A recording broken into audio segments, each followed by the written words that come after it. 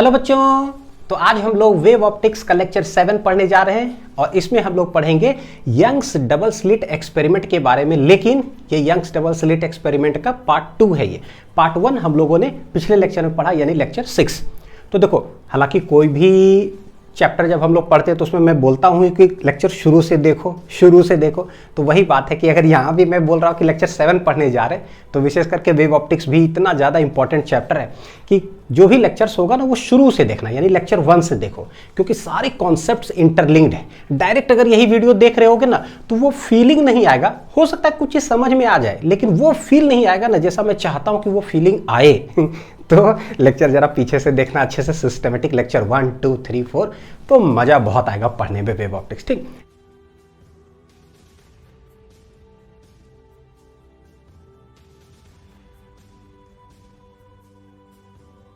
चलो देखते हैं। तो आज क्या पढ़ने जा रहे हैं, ये पार्ट 2 है।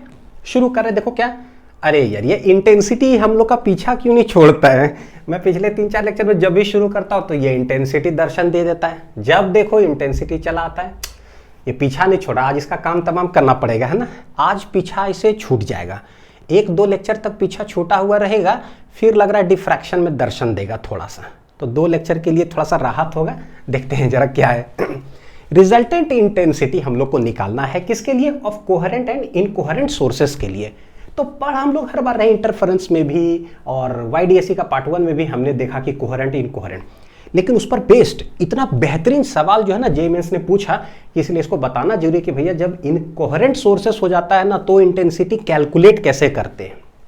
तो देखो किस तरह से सवाल पूछा कि n identical waves each of intensity I0, n identical waves interfere करता है विथ ईच अदर। पूछता है रेशियो ऑफ मैक्सिमम इंटेंसिटीज निकालो if the interfering waves are क्या, कोहेरेंट, और दूसरा होगा इनकोहेरेंट। तब तो सोचो हम लोग ना 2 वेव्स अगर इंटरफेयर करता था ना, एक का इंटेंसिटी I1 हो, दूसरा का इंटेंसिटी I2, और ये दोनों जब इंटरफेयर करता था तो रिजल्टेंट इंटेंसिटी किसी पॉइंट P पर जो बनता था क्या, तो हम लोग जानते हैं कि रिजल्टेंट इंटेंसिटी क्या होता है, I1 plus I2 plus 2 root I1 root I2 root I1 root I2 cos कितना होता है 5। ये हम जानते हैं। जब 2 ही इंटरफेयर करता तो भाई n आइडेंटिकल वेव्स जब इंटरफेयर करेगा तो क्या होगा, तो हमें क्या पता कि क्या होगा। हम तो 2 पढ़ करके अभी तक आए हैं, लेकिन JEE मेंस ने पूछा ऐसा, कोई बात है। तो कॉन्सेप्ट डेवलप करते हैं और चलते हैं जरा। n कोहेरेंट वेव्स भी अगर इंटरफेयर करेगा ना तो कैसे होगा, निकालेंगे कैलकुलेशन। इसलिए पीछा नहीं छोड़ता, इतना वेरिएशन से सवाल ही पूछता है ना इंटेंसिटी पर कि मैं क्या बताऊं।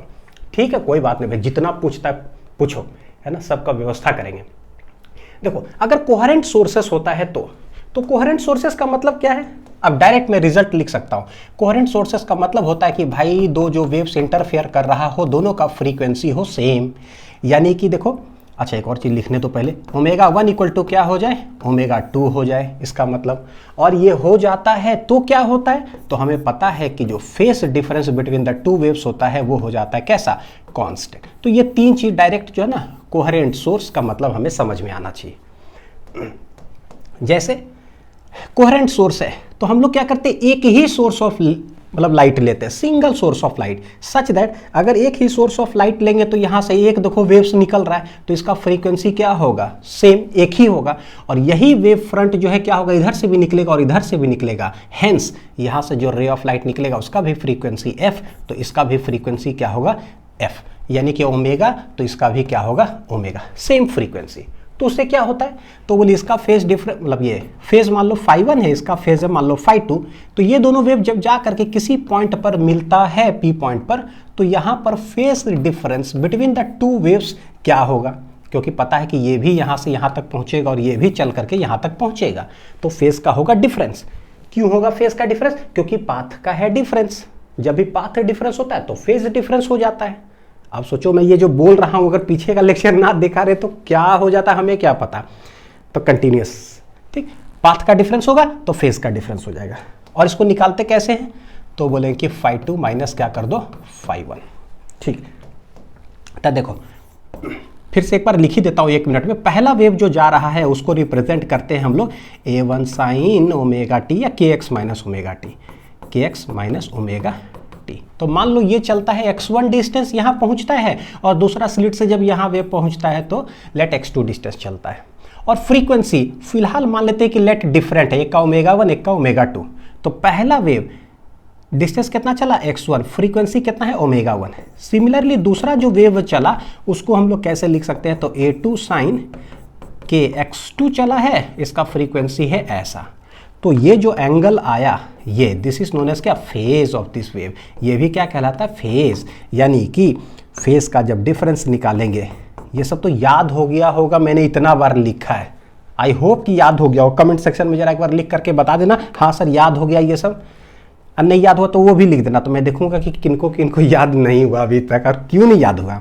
रीजन बिहाइंड दिस 5 माइनस 5 तो इतना माइनस इतना करते हैं तो आंसर क्या आता है, देखो माइनस करो तो ये आ जाएगा k into x2 minus x1, और इतना माइनस ऑफ माइनस करें तो ये हो जाएगा प्लस, यानी कि omega 1 minus omega 2 into T. Interference वाला में पूरा अच्छे से सब करके बताएं। तो ये होता है k x2 माइनस x1 को डेल्टा x लिख सकते हैं, और ये हो जाएगा omega 1 minus omega 2 into T. तो फेज डिफरेंस क्या हुआ, टाइम डिपेंडेंट हो गया। कैसा हो गया फेज डिफरेंस, देखो जरा टाइम डिपेंडेंट। सिंस टाइम पर डिपेंड कर रहा है तो बोलेंगे भाई ये जो फेज हो गया ना फंक्शन ऑफ टाइम हो गया, यानी टाइम के साथ फेज कांस्टेंट नहीं रहने जा रहा है। यहाँ पर इस एक पर्टिकुलर पॉइंट पर अभी मान लो 90 डिग्री आगे पीछे, बस टाइम के साथ 89 डिग्री, पता चला कि 60 degree, 30 degree, 40 degree, 0 degree, 90 degree, change होते जा रहा है, चेंज होते जा रहा है ये। तो अगर चेंज होते जाता है, phase difference function of time dependent है, तो हम लोग बोलते हैं कि वैसे सोर्सेस ऑफ लाइट को हम लोग बोलेंगे इनकोहेरेंट सोर्स ऑफ लाइट। तो भैया कोहेरेंट के लिए क्या होता है, फ्रीक्वेंसी बोले ना सेम, तो अगर फ्रीक्वेंसी सेम ले लो तब क्या होगा, बोले if omega 1 equal to omega 2 equal to omega, same अगर ले लेंगे तो डेल्टा फाई देखो क्या आ जाता है, के delta x plus omega minus omega into T, such that omega minus omega क्या हो गया, स्वाहा। तो ये गया, हेंस फेज डिफरेंस बिकम्स के डेल्टा एक्स। तो देखो कि डेल्टा एक्स का मतलब क्या होता है, एक चला 5 सेंटीमीटर, एक चला 3 सेंटीमीटर, तो 5 माइनस 3 कितना हो जाएगा 2, यानी कि ये डेल्टा एक्स तो कांस्टेंट, के भी क्या है कांस्टेंट, तो ये पूरा हो गया कांस्टेंट। हेंस डेल्टा फाई भी क्या हो जाता है कांस्टेंट, किसके लिए, कोहेरेंट सोर्सेस ऑफ लाइट के लिए। तो फाई है कांस्टेंट, फाई क्या है कांस्टेंट, हेंस रिजल्टेंट इंटेंसिटी जो मेरा फॉर्मूला होता है वो होता है I1 plus I2 plus 2 root I1 root I2 cos phi. तो भाई फाई अगर कांस्टेंट है, फाई कैसा है कांस्टेंट, तो हमें पता है कि कॉस फाई भी करेंगे तो वो कैसा हो जाएगा, कांस्टेंट ही हो जाएगा। कहने का मतलब मान लो फाई हो गया 30 डिग्री, दोनों आगे पीछे 30 डिग्री चल रहा है, कांस्टेंट है दोनों वेव, तो कॉस 30 डिग्री क्या हो जाएगा कांस्टेंट, यानी you will get A number. कैसा मिलेगा, हमें एक नंबर मिलेगा। तो भाई इसको सॉल्व करोगे तो ये भी कैसा आएगा, एक कांस्टेंट कुछ ना कुछ आएगा, है ना। तो ये भी कांस्टेंट होता है और ये भी कांस्टेंट होता है, किसके लिए, कोहेरेंट सोर्सेस के लिए। किसके लिए पढ़ रहे, कोहेरेंट सोर्सेस के लिए, कोहेरेंट सोर्सेस के लिए, ठीक है, जिसको कि सॉल्व करने के बाद कुछ आता है। अब सिंस ये कांस्टेंट है ना, मेरा क्वेश्चन कैसा देखो, n identical waves each of intensity I nought, यानी सारी वेव्स जो इंटरफेयर कर रहे ना सबका इंटेंसिटी अगर सेम है तो बोले पहले 2 का तो समझ ले, तो ऑलरेडी समझा हुआ है, ये तो मैं रिवीजन कर रहा हूँ, हमें लगता है ऐसा कि अगर 2 वेव्स इंटरफेयर करा और दोनों का इंटेंसिटी मान लो अगर सेम हो, कितना हो आई नॉट, तो हम लोग इसको रखते हैं और सॉल्व करते हैं, होता है ना I naught plus 2 root I naught cos phi, और रख करके जब सॉल्व करके हम लोग लाते हैं तो मेरा आंसर क्या आता है वो हम जानते हैं, तो मैं उसको सॉल्व नहीं करने जा रहा हूँ। क्या आता है 4 आई नॉट कॉस स्क्वायर 5/2, ये आ जाता है किसके लिए, कोहेरेंट सोर्सेस के लिए, रिजल्टेंट इंटेंसिटी। अब हमें न्यूमेरिकल में क्या बोला, मैक्सिमम इंटेंसिटी कितना होगा, तो भैया ये मैक्सिमम कितना होगा, तो मैक्सिमम मतलब कि समझ में आता ब्राइट फ्रिंज जो बनता है ना, इंटेंसिटी ब्राइट हो, मैक्सिमम हो, तो ये वाला भी क्या होना चाहिए मैक्सिमम। तो एक थोड़ा सा ट्रिग्नोमेट्री का एक चीज बताऊं, ट्रिग्नोमेट्री का एक चीज बताता हूं, देखो जरा, ट्रिग्नोमेट्री का एक क्या चीज बताने जा रहा हूं कि अगर साइन थीटा मैं बोलूंगा ना तो इसका ग्राफ कैसा होता है, तो इसका ग्राफ यहाँ 0 से स्टार्ट होकर के ऐसे ऐसे ऐसे चलता है। तो साइन थीटा का जो ऊपर मैक्सिमम वैल्यू होता है +1 और मिनिमम वैल्यू कितना होता है -1, ठीक है। कॉस थीटा का अगर बात करोगे ना तो इसका ग्राफ ऊपर से चालू होता है और ऐसे ऐसे लहर चलता है, ऊपर फिर से बोलोगे तो +1, नीचे बोलोगे कितना होता है -1 होता है।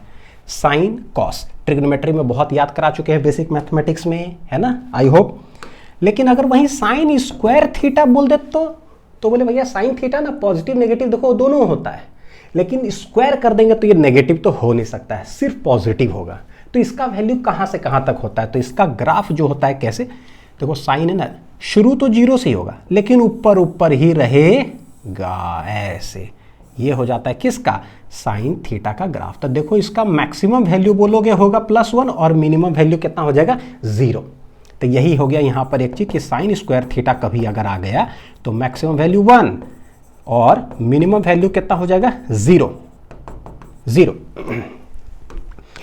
देखो डायरेक्ट चाहते तो उस क्वेश्चन को मैं सॉल्व कर सकता था, हाँ वैसे ना ऐसे ऐसे ऐसे, लेकिन होता है थोड़ा सा एक फाउंडेशन बन जाए ना तो हर तरफ से एकदम दिमाग खुल जाता है, दिमाग का जो ढक्कन है हमारा एकदम खुल जाता है, बढ़िया से सब कुछ समझ में आएगा कि मैं क्या बोल रहा हूँ, क्या लिख रहा हूँ। सिमिलरली अगर बोलूँगा कि कॉस स्क्वायर थीटा का क्या होगा, तो कॉस स्क्वायर थीटा एकदम इसी तरह, कॉस शुरू होगा ऊपर से ही, लेकिन भैया नीचे नहीं जाएगा, तो शुरू ऊपर से जरूर होगा लेकिन नीचे ना जाकर के किधर रहेगा, ये ऊपर ऊपर ऊपर ही रहता है ऐसे। तो ये वैल्यू फिर से कितना होगा +1 और मिनिमम कितना होगा 0, यानी कि कभी भी कॉस स्क्वायर थीटा दिखाई दे, बोलूं इसका मैक्सिमम वैल्यू क्या, तो बोलेंगे 1, और कॉस स्क्वायर थीटा अगर हो, मैं बोल दूंगा मिनिमम वैल्यू क्या, तो आंसर विल बी 0, ये हो जाता है।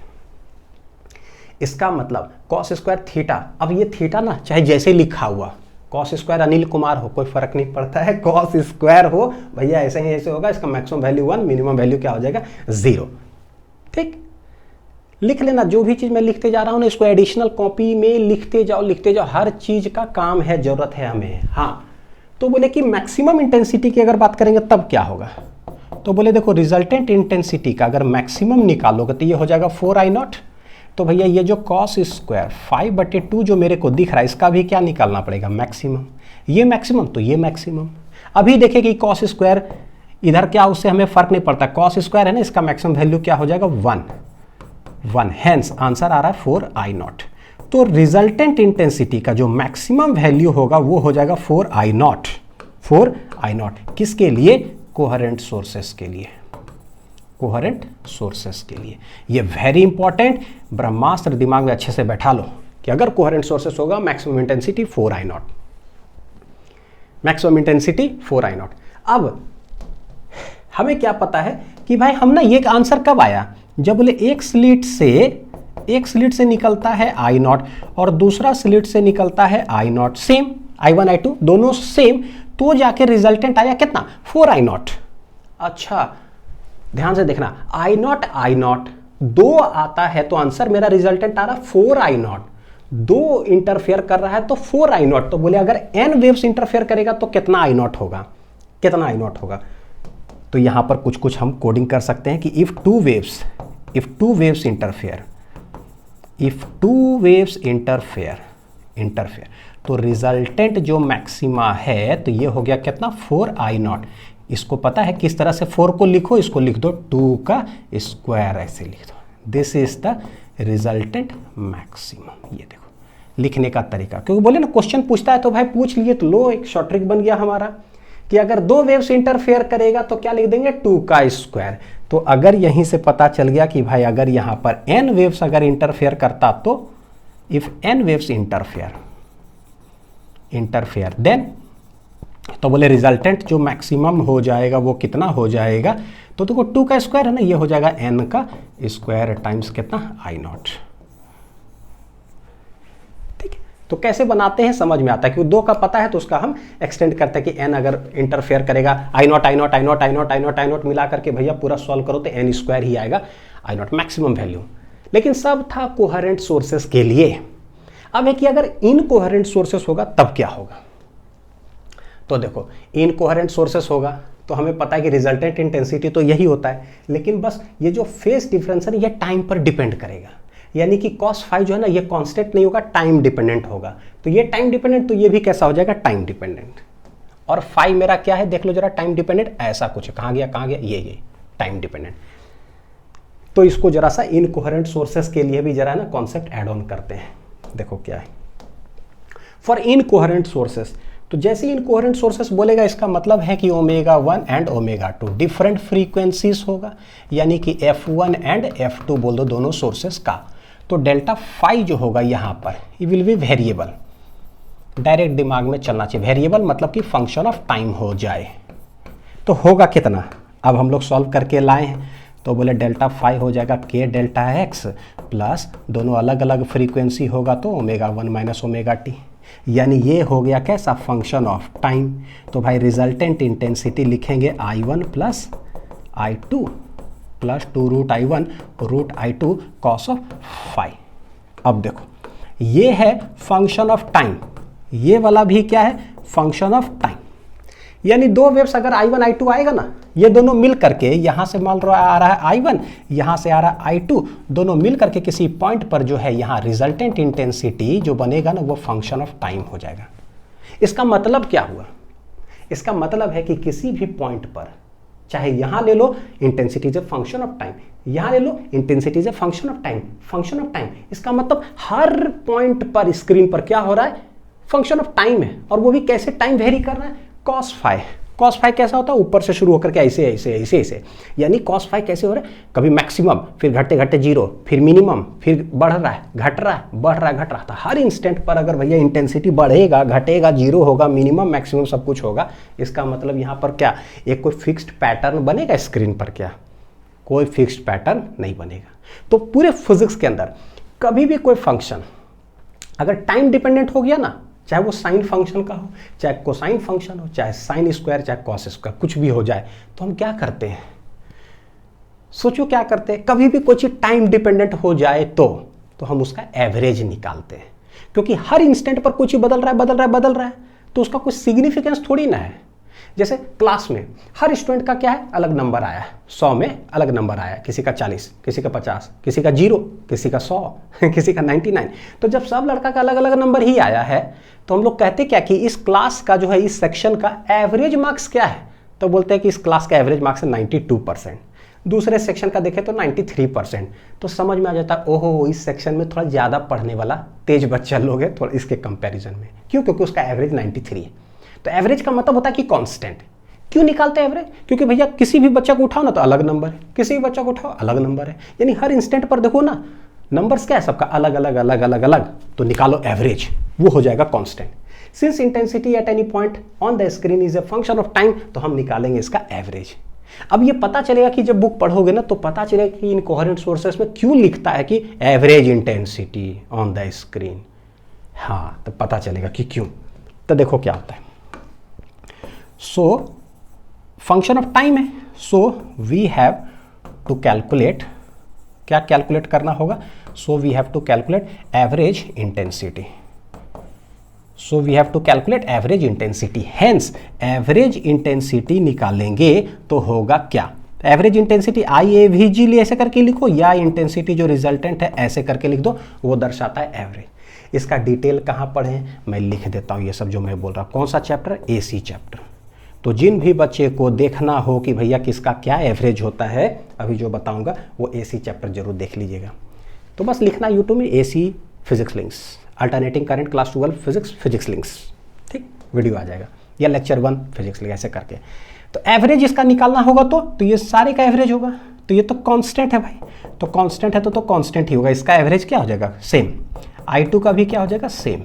तो बेसिकली क्या है, देखो ये टाइम डिपेंडेंट है तो इसका एवरेज निकलेगा, यानी कि देखो 2 रूट I1 रूट I2 ये सब तो कांस्टेंट है, एवरेज बेसिकली निकलेगा किसका, कॉस फाई का। जब इसका एवरेज निकालते हैं तो सबका एवरेज निकालते हैं। तो हम सिखा चुके हैं कि जब एडिशन ऑफ ऐसा कुछ टर्म्स होना तो एवरेज कैसे निकालते हैं, तो भाई इसका एवरेज इसका एवरेज इसका एवरेज सबका एवरेज निकालो आराम से। तो इसका जो एवरेज वैल्यू होगा cos phi over 1 complete cycle, तो क्या लिखते हैं, over 1 complete cycle. Cos phi कैसे चलता है, देखो जरा ऊपर नीचे ऐसे ऐसे करके चलता है ना, अभी जस्ट बताए थे, कहाँ बताए थे, हाँ कॉस थीटा देख लो जरा, यहाँ से चला चल करके ऐसे ऐसे ऐसे ऐसे ऐसे चल करके यहाँ तक पहुँचा है, तो तो ये हो जाता है क्या, एक कंप्लीट साइकिल। एक कंप्लीट साइकिल में देखोगे ना कि 90 डिग्री में जितना प्लस, 90 डिग्री में जितना प्लस, तो टोटल 180 में जितना प्लस है ना, वही 180 डिग्री में क्या है, minus. Hence average value over one complete cycle जब निकालोगे कॉस का क्या आ जाएगा, 0। साइन का भी average value over one complete cycle 0, देख लो जितना प्लस उतना माइनस, एक कंप्लीट साइकिल। कॉस का भी एवरेज वैल्यू 0, इन लोग का एवरेज वैल्यू 0 नहीं होता है ना, इन दोनों का average value over one complete cycle होगा 0। हेंस ये वाला क्या हो जाएगा, ओवर वन कंप्लीट साइकिल ये हो जाएगा 0। तो हम बोलेंगे कि भाई रिजल्टेंट जो इंटेंसिटी आएगा उसका एवरेज क्या हो जाएगा, तो बोले I1 प्लस I2 प्लस 0, कहानी खत्म। ये हो जाता है सॉल्व करने का तरीका। कब, इनकोहेरेंट सोर्सेस जब हम बोलते हैं तो। कब है, पूरा देखो, इनकोहेरेंट सोर्सेस। अब इतना सारा कॉन्सेप्ट छुपा हुआ है। जब इनकोहेरेंट होगा तो क्या, तो इसका मतलब इनकोहेरेंट मतलब जो अलग अलग इंटेंसिटी अगर I1 I2 आया तो रिजल्टेंट जो होगा उसका जो होगा I1 प्लस I2 हो जाएगा। अच्छा, अगर सेम इंटेंसिटी का आएगा तो, और दो वेव्स आ रहा है, अगर I0 आएगा तो क्या हो जाएगा, I0 प्लस I0 यानी कि 2I0। यानी कि रिजल्टेंट जो है इंटेंसिटी जो बनेगा अगर सेम हो तो ये हो जाएगा I0 प्लस I0। कब, if I1 equal to I2 अगर हो I0 के बराबर, तो दोनों सेम हो जाएगा, तो आंसर कितना आ जाएगा, 2I0। This is the resultant intensity का एवरेज। तो ये हम कब निकाल रहे हैं, if two waves interfere, two waves interfere. तो सोचो कि अगर n वेव्स इंटरफेयर करेगा तो क्या हो जाएगा, तो बोले भाई 2 करता है तो 2 बार ऐड कर दिया गया, सिंपल सा लीनियरली। अगर n वेव्स होगा तो n बार ऐड कर दो, तो हमारा आंसर क्या आ जाएगा, तो बोले रिजल्टेंट जो होगा इंटेंसिटी ये हो जाएगा कितना, NI0। कब, इफ n वेव्स इंटरफेयर।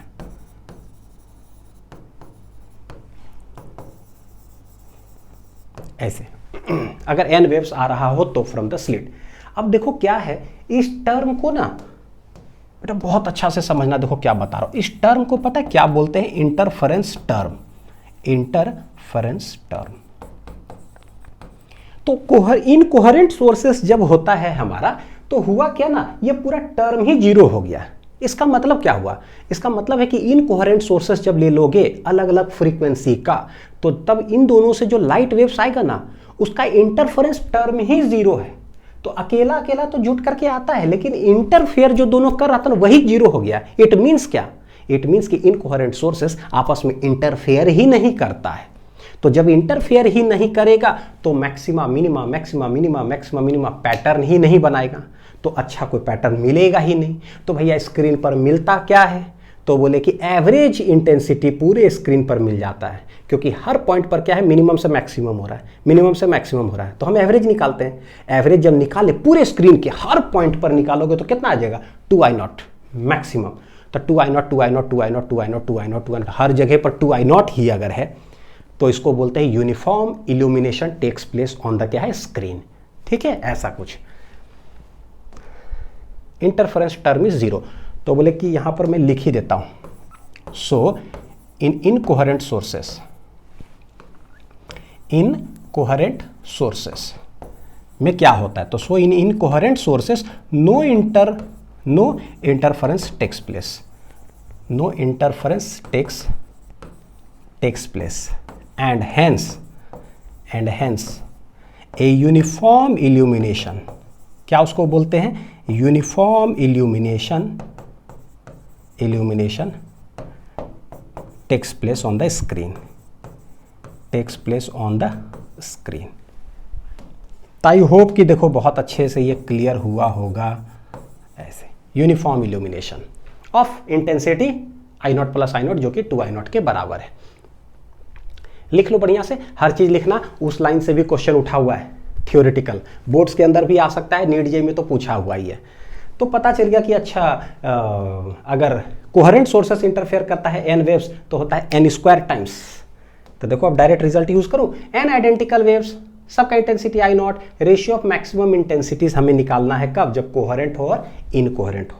तो बोलेंगे क्या होगा, तो बोलेंगे रिजल्टेंट का जो मैक्सिमम होगा किसमें, कोहेरेंट में, डिवाइडेड बाय बोल रहा है क्या, रिजल्टेंट इंटेंसिटी जो मैक्सिमम होगा वो इनकोहेरेंट में क्या हो जाएगा, इनकोहेरेंट में क्या होगा, तो ऊपर हो जाता है एन स्क्वायर आई नॉट, नीचे हो जाएगा कितना एन आई नॉट, ये लीनियरली एड ऑन हो जाता है आई नॉट प्लस आई नॉट, तो ये एन एन एक चला जाएगा, आई नॉट चला गया, आंसर कितना आ जाएगा N.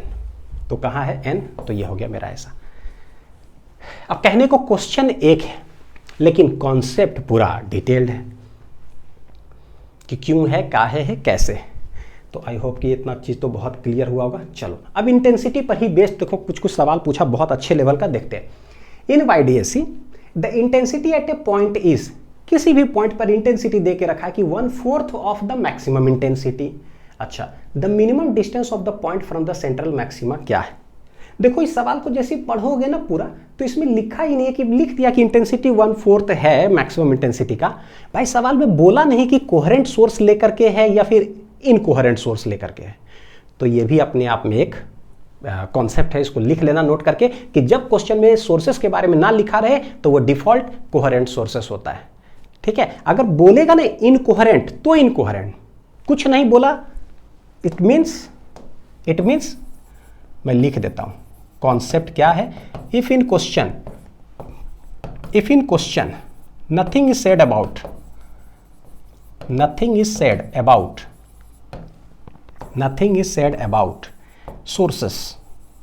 sources then it is क्या होता है, कोहेरेंट सोर्सेस ऑफ लाइट।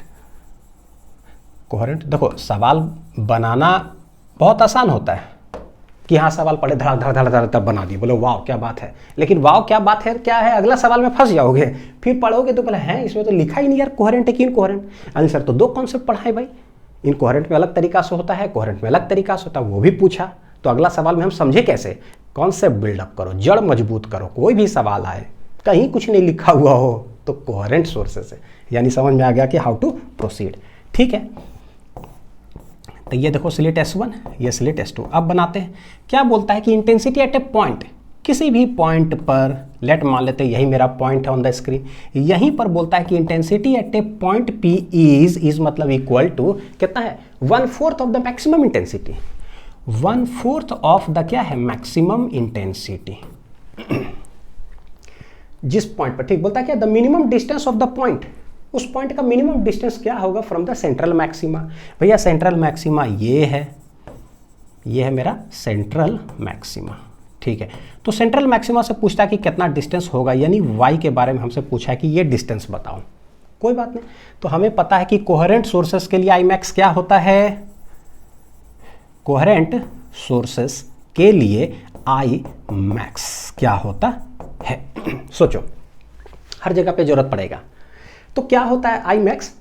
अब एक और चीज है कि भाई सवाल के अंदर फिर से अगर इंटेंसिटी I1 और I2 दोनों स्लिट से ना दिया रहे, किसी सवाल में देगा कि एक का इंटेंसिटी 9 है, एक का 16 है, एक का 25 है, ऐसा करके, लेकिन अगर वो दिया ही नहीं है कि भैया स्लिट से कैसा इंटेंसिटी आ रहा है, तो फिर से एक कॉन्सेप्ट है कि when in question nothing is said about the intensities from the two slits then take it as equal intensities।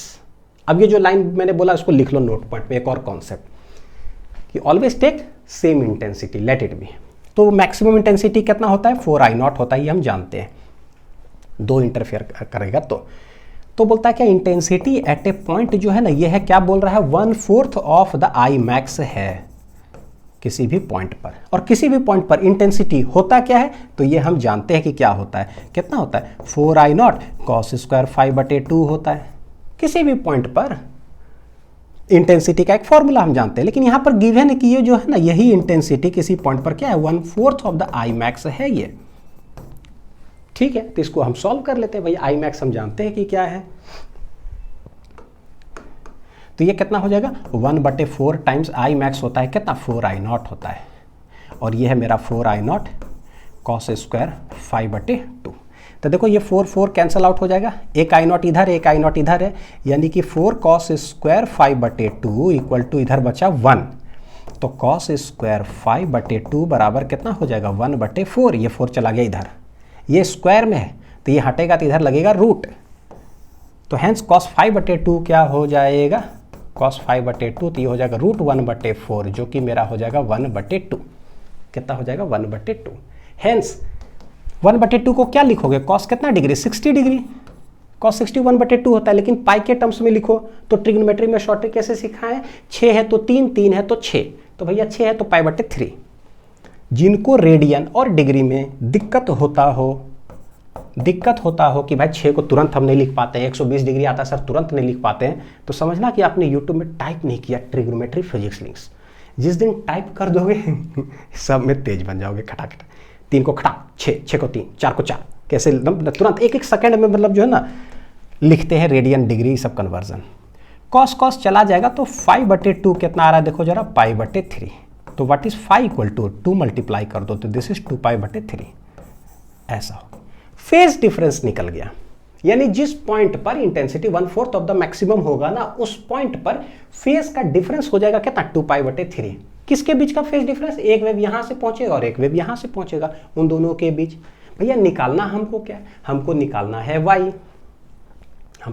y, कैसे निकाले y, तो कैसे निकालेंगे, तो देखो पैरामीटर्स क्या दे के रखा है, गिवन लैम्डा इक्वल टू 600, छोटा d दे के रखा, छोटा d होता है डिस्टेंस बिटवीन द 2 स्लिट्स और कैपिटल D होता है ये, है ना, ठीक है। तो हम लोग जानते हैं कि देखो क्या क्वेश्चन बेटा जो है ना, एक मिनट, 2 पाई/3 है ना, ये जो वैल्यूज इसको मैं लिखता हूं, देखो जरा क्या है, लैम्डा 600 नैनोमीटर है, एक सेकंड, लैम्डा कितना है 600 नैनोमीटर, ठीक है, छोटा d और कैपिटल D, वैल्यूज जरा लिख लो इधर, क्या है d है 1 मिलीमीटर है, छोटा d है 1 मिलीमीटर, अच्छा कैपिटल D क्या है 1 मीटर, और हमने कैलकुलेट किया ना, फाई आया है क्या 2 पाई/3।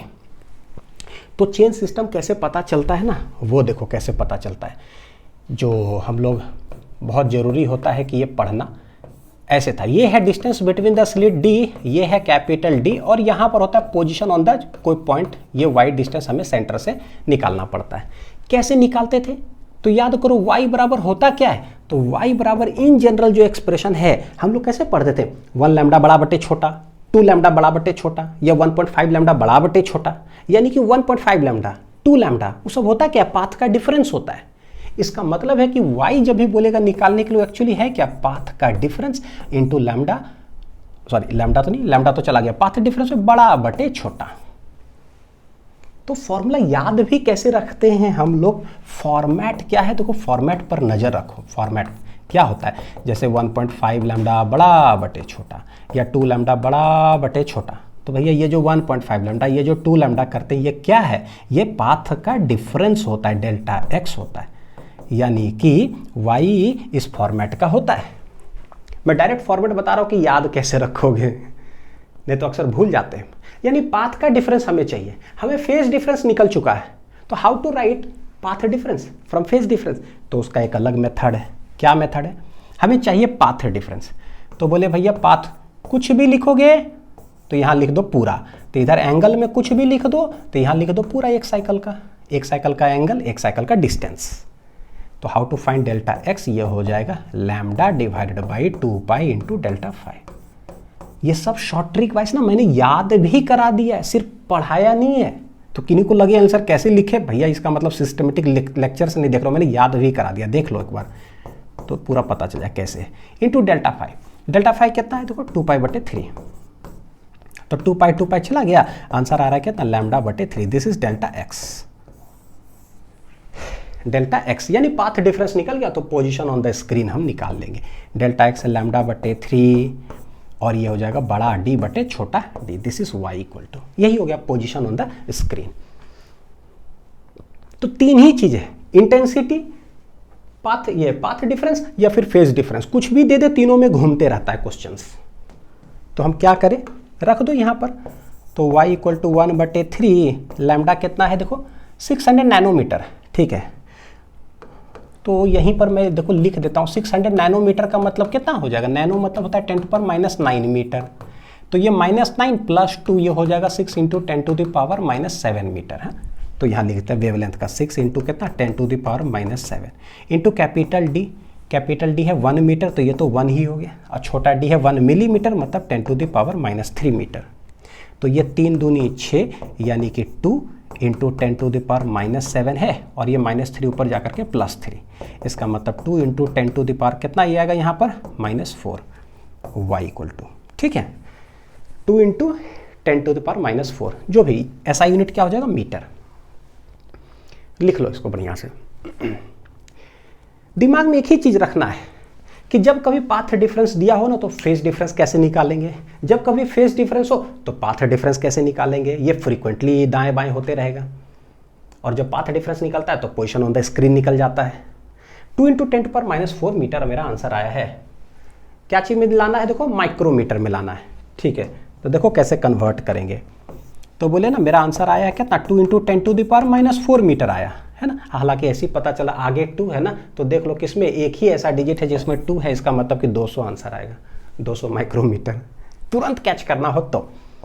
लेकिन माइक्रो मतलब होता है 10⁻⁶, तो भैया -4 तो है, तो -2 ऊपर भी मल्टीप्लाई कर दो, -2 नीचे भी मल्टीप्लाई कर दो। उससे क्या हुआ, ये बन गया 10⁻⁶। तो ये पूरा चला जाएगा माइक्रोमीटर में, ये -2 चला जाएगा ऊपर, तो 100 हो जाएगा, देखो ऊपर जाके, है ना। तो इंटू 10⁻⁶ मीटर, हेंस 200 10⁻⁶ क्या कहलाएगा, माइक्रोमीटर। तो ये क्या है ना कि मैं समझा करके सब कुछ लिख करके बता रहा हूं ना, इसलिए थोड़ा सा टाइम लगता है कि अच्छा इतना है कुछ नहीं। इंटेंसिटी बोलता है एक चीज, खटाक से रखते हैं, फाई निकल जाता है, फाई निकलता है, डेल्टा एक्स निकाल लेते हैं, पुट करते वाई में आंसर आ गया। चले अगला क्वेश्चन पे देखो। हाँ क्या है, इन YDSC, अच्छा क्या है भाई, पाथ डिफरेंस बिटवीन द, देखो पाथ डिफरेंस बोला direct, 2 light reaching at a point on the screen is 7λ/4, यानी कि 2 लाइट जब किसी स्क्रीन पर पहुंचता है उस जगह पर पाथ डिफरेंस दे के रखा है 7λ/4। अच्छा, the ratio of intensity of fringe at this point, कि उस पॉइंट पर देखो, डायग्राम समझो जरा क्या है। एक स्लिट S1 है, एक स्लिट S2 है। किसी पॉइंट P पर क्या होता है, यहां से भी लाइट पहुंचता है, यहां से भी लाइट पहुंचता है। ये कम डिस्टेंस चल रहा है भैया, ये ज्यादा डिस्टेंस चल रहा है, यानी जब ये दोनों पहुंचा ना उस पॉइंट पर पाथ का डिफरेंस हो गया। अगर पाथ का डिफरेंस हो जाएगा ना तो फेज का डिफरेंस हो जाएगा। अगर फेज का डिफरेंस हो गया ना तो इंटेंसिटी अलग हम निकाल लेंगे 5 पुट करके। कहानी ऐसे ही चलता है। वेव ऑप्टिक्स का मतलब ही पाथ डिफरेंस होता है। पाथ डिफरेंस निकला, फेज डिफरेंस निकालो, इंटेंसिटी निकालो। पिछला वाला क्वेश्चन क्या किया, इंटेंसिटी दे दिया तो हम फेज निकाल लिए, फिर पाथ में पुट कर दिए 1 2 3 3 2 1, बस यही होते रहता है। 1 2 3 3 2 1 स्टेपिंग। हाँ तो बोलता है क्या, उस पॉइंट पर at a point on the screen path difference है इतना, ठीक है। बोलता है ratio of the intensity of fringe at this point, यानी कि intensity at this point with respect to the maximum intensity, with respect to the maximum intensity का ratio जो है क्या होगा। ठीक, देखो ये दोनों स्लिट से कैसा इंटेंसिटी ऑफ लाइट आ रहा है, ऐसा बोला है कैसा, नहीं। तो जब नहीं बोला है तो यहां से भी कितना जाएगा, I0, और यहां भी कैसा जाएगा, I0। तो हमें पता है कि इंटेंसिटी एट एनी पॉइंट का फॉर्मूला क्या होता है, तो ये होता है कितना, 4I0 cos स्क्वायर 5/2। देख low intensity at any point ये होता है। मैक्सिमम इंटेंसिटी सिखा चुके हैं, 4I0 होता है, यानी ये दोनों हो गया कैसा, स्वाहा। तो मेरा आंसर cos स्क्वायर 5/2 हो गया। तो ये कैसा हो गया, cos स्क्वायर 5/2। भाई 5 हमें नहीं पता, लेकिन पाथ डिफरेंस दे के रखा है, दुनिया गोल है। अभी बताएं, पाथ डिफरेंस दे देगा ना तो हम फेज डिफरेंस निकाल लेते हैं। तो अभी फेज ही निकाल दो, बस इतने में आंसर आ गया। कैसे निकालेंगे फेज डिफरेंस, बोले फेज डिफरेंस कुछ भी एंगल लिखोगे ना तो पूरा एंगल नीचे लिखना पड़ेगा। तो भैया इधर कुछ भी डिस्टेंस लिख दोगे ना तो इधर पूरा डिस्टेंस लिखना पड़ेगा, कुछ भी पूरा। Hence delta phi will be equal to 2π/λ, देखो मल्टीप्लाई कर दो, इंटू डेल्टा एक्स। तो 2π/λ इंटू डेल्टा एक्स कितना दे के रखा है, 7λ/4। डेल्टा एक्स कितना है, 7λ/4। कैलकुलेट करो तो लैम्डा चला गया, 2 दूनी 4, आंसर कितना आ जाएगा, 7π/2 आ जाएगा। This is delta phi, 7π/2। तो हम यहाँ रखते हैं, देखो क्या आंसर आएगा। तो ये हो गया cos स्क्वायर, फाई कितना है, 7π/2 डिवाइडेड बाई हो जाएगा 2। 5 जो भी है रख दिए, तो ये /2 इधर मल्टीप्लाई हो जाएगा, इधर आकर के 2 2 जा 4, तो ये बन जाएगा मेरा cos स्क्वायर कितना, 7π/4 ऐसा। ये आ रहा है ये रेशियो। अब देखो क्या है ना, वेव ऑप्टिक्स तो हमें समझ में आ गया, लेकिन भैया ट्रिग्नोमेट्री के अंदर जाके फंस गए। cos 7π/4 का होल स्क्वायर। अब cos 7π/4 क्या होता है, हमें किसका वैल्यू चाहिए, cos 7π/4। सोचो कि जो ट्रिग्नोमेट्री ना देखे रहे हो करेगा क्या, एक बार सोच करके देखो। मान लो स्टूडेंट हो ठीक है, लेकिन एक बार ना तुम टीचर की तरह सोचो कि तुम मान लो पढ़ा रहे हो और बच्चे को ट्रिग्नोमेट्री आता ही नहीं हो, तो तुम कैसे उसे कन्विंस करोगे भैया 7π/4 का वैल्यू क्या होता है हालत खराब हो जाएगा। इसलिए ट्रिग्नोमेट्री जो है ना, please learn trigonometry short tricks from basic mathematics और फिजिक्स, हर चीज का कि 7π/4 कैसे बनाएंगे। गोल का ट्रिक खतरनाक होता है। तो क्या होता है देखो जरा, ये होता है 1π/4, 45 डिग्री, कितना है ये 45, ये 245 होता है, ये 345 बीच में होता है 345, ये होता है 445, ये होता है 545, कितना होता है ये 545, ये 645 होगा, ये 745 हो जाएगा। और ये जो सारा 45 45 45 दिख रहा है ना, देखो π/4 1 3 5 7 सबका वैल्यू होता है सेम, सब 45 डिग्री ही होता है, सब 45 का भाई बहन है, ठीक है, अपना ही फैमिली है। तो चाहे कॉस ये बोलो, कॉस ये बोलो, कॉस 45 बोलो, सबका आंसर सेम। बस ऐड शुगर टू कॉफी या ऑल स्टूडेंट्स टू कॉलेज, ऐसा जो भी है। आलू समोसा टिक्की चाट है ना, आप लोग बताए थे मेरे को, तो वो भी लगा लो भाई। तो 7π/4 मतलब कि 45, लेकिन वहां पर कॉस क्या होगा पॉजिटिव, तो कॉस होगा पॉजिटिव। इट मीन्स दैट यहाँ पर कॉस 7π/4 जो बोलेंगे ना तो होगा प्लस ही होगा, और कॉस 45 का ही वैल्यू होगा, यानी कि कॉस 45 कितना होता है 1/√2, और वो भी प्लस आंसर आएगा। कोई वो वाला तरीका नहीं पढ़ना है कि pi plus pi minus pi बटे इतना 3 4, अरे बाबा दुनिया कहीं और चला गया, हम वहीं अटके हुए अभी पाई प्लस ही कर रहे हैं। जहाँ मैं करता था ना क्लास 12th में भैया वही करता था, पाई प्लस जोड़े, देखें जरा क्या आता है। अरे भाई देखने का समय है हमारे पास नहीं है, ठीक है। गोल ट्रिक लगाओ, खटाक से आंसर पाओ। कुछ भी पूछ दे गोलका में जितना है ना, हम लोग तुरंत 1 सेकंड 2 सेकंड में आंसर निकाल सकते हैं। तो cos 7π/4 कितना आंसर आया, आंसर कितना है बता, 1/√2 आया, वो भी प्लस में, तो उसका होल स्क्वायर कर देंगे तो आंसर कितना हो जाएगा 1/2। तो ये होगा 1/2। कहीं दिखाई दे रहा है क्या? Yes, option number D.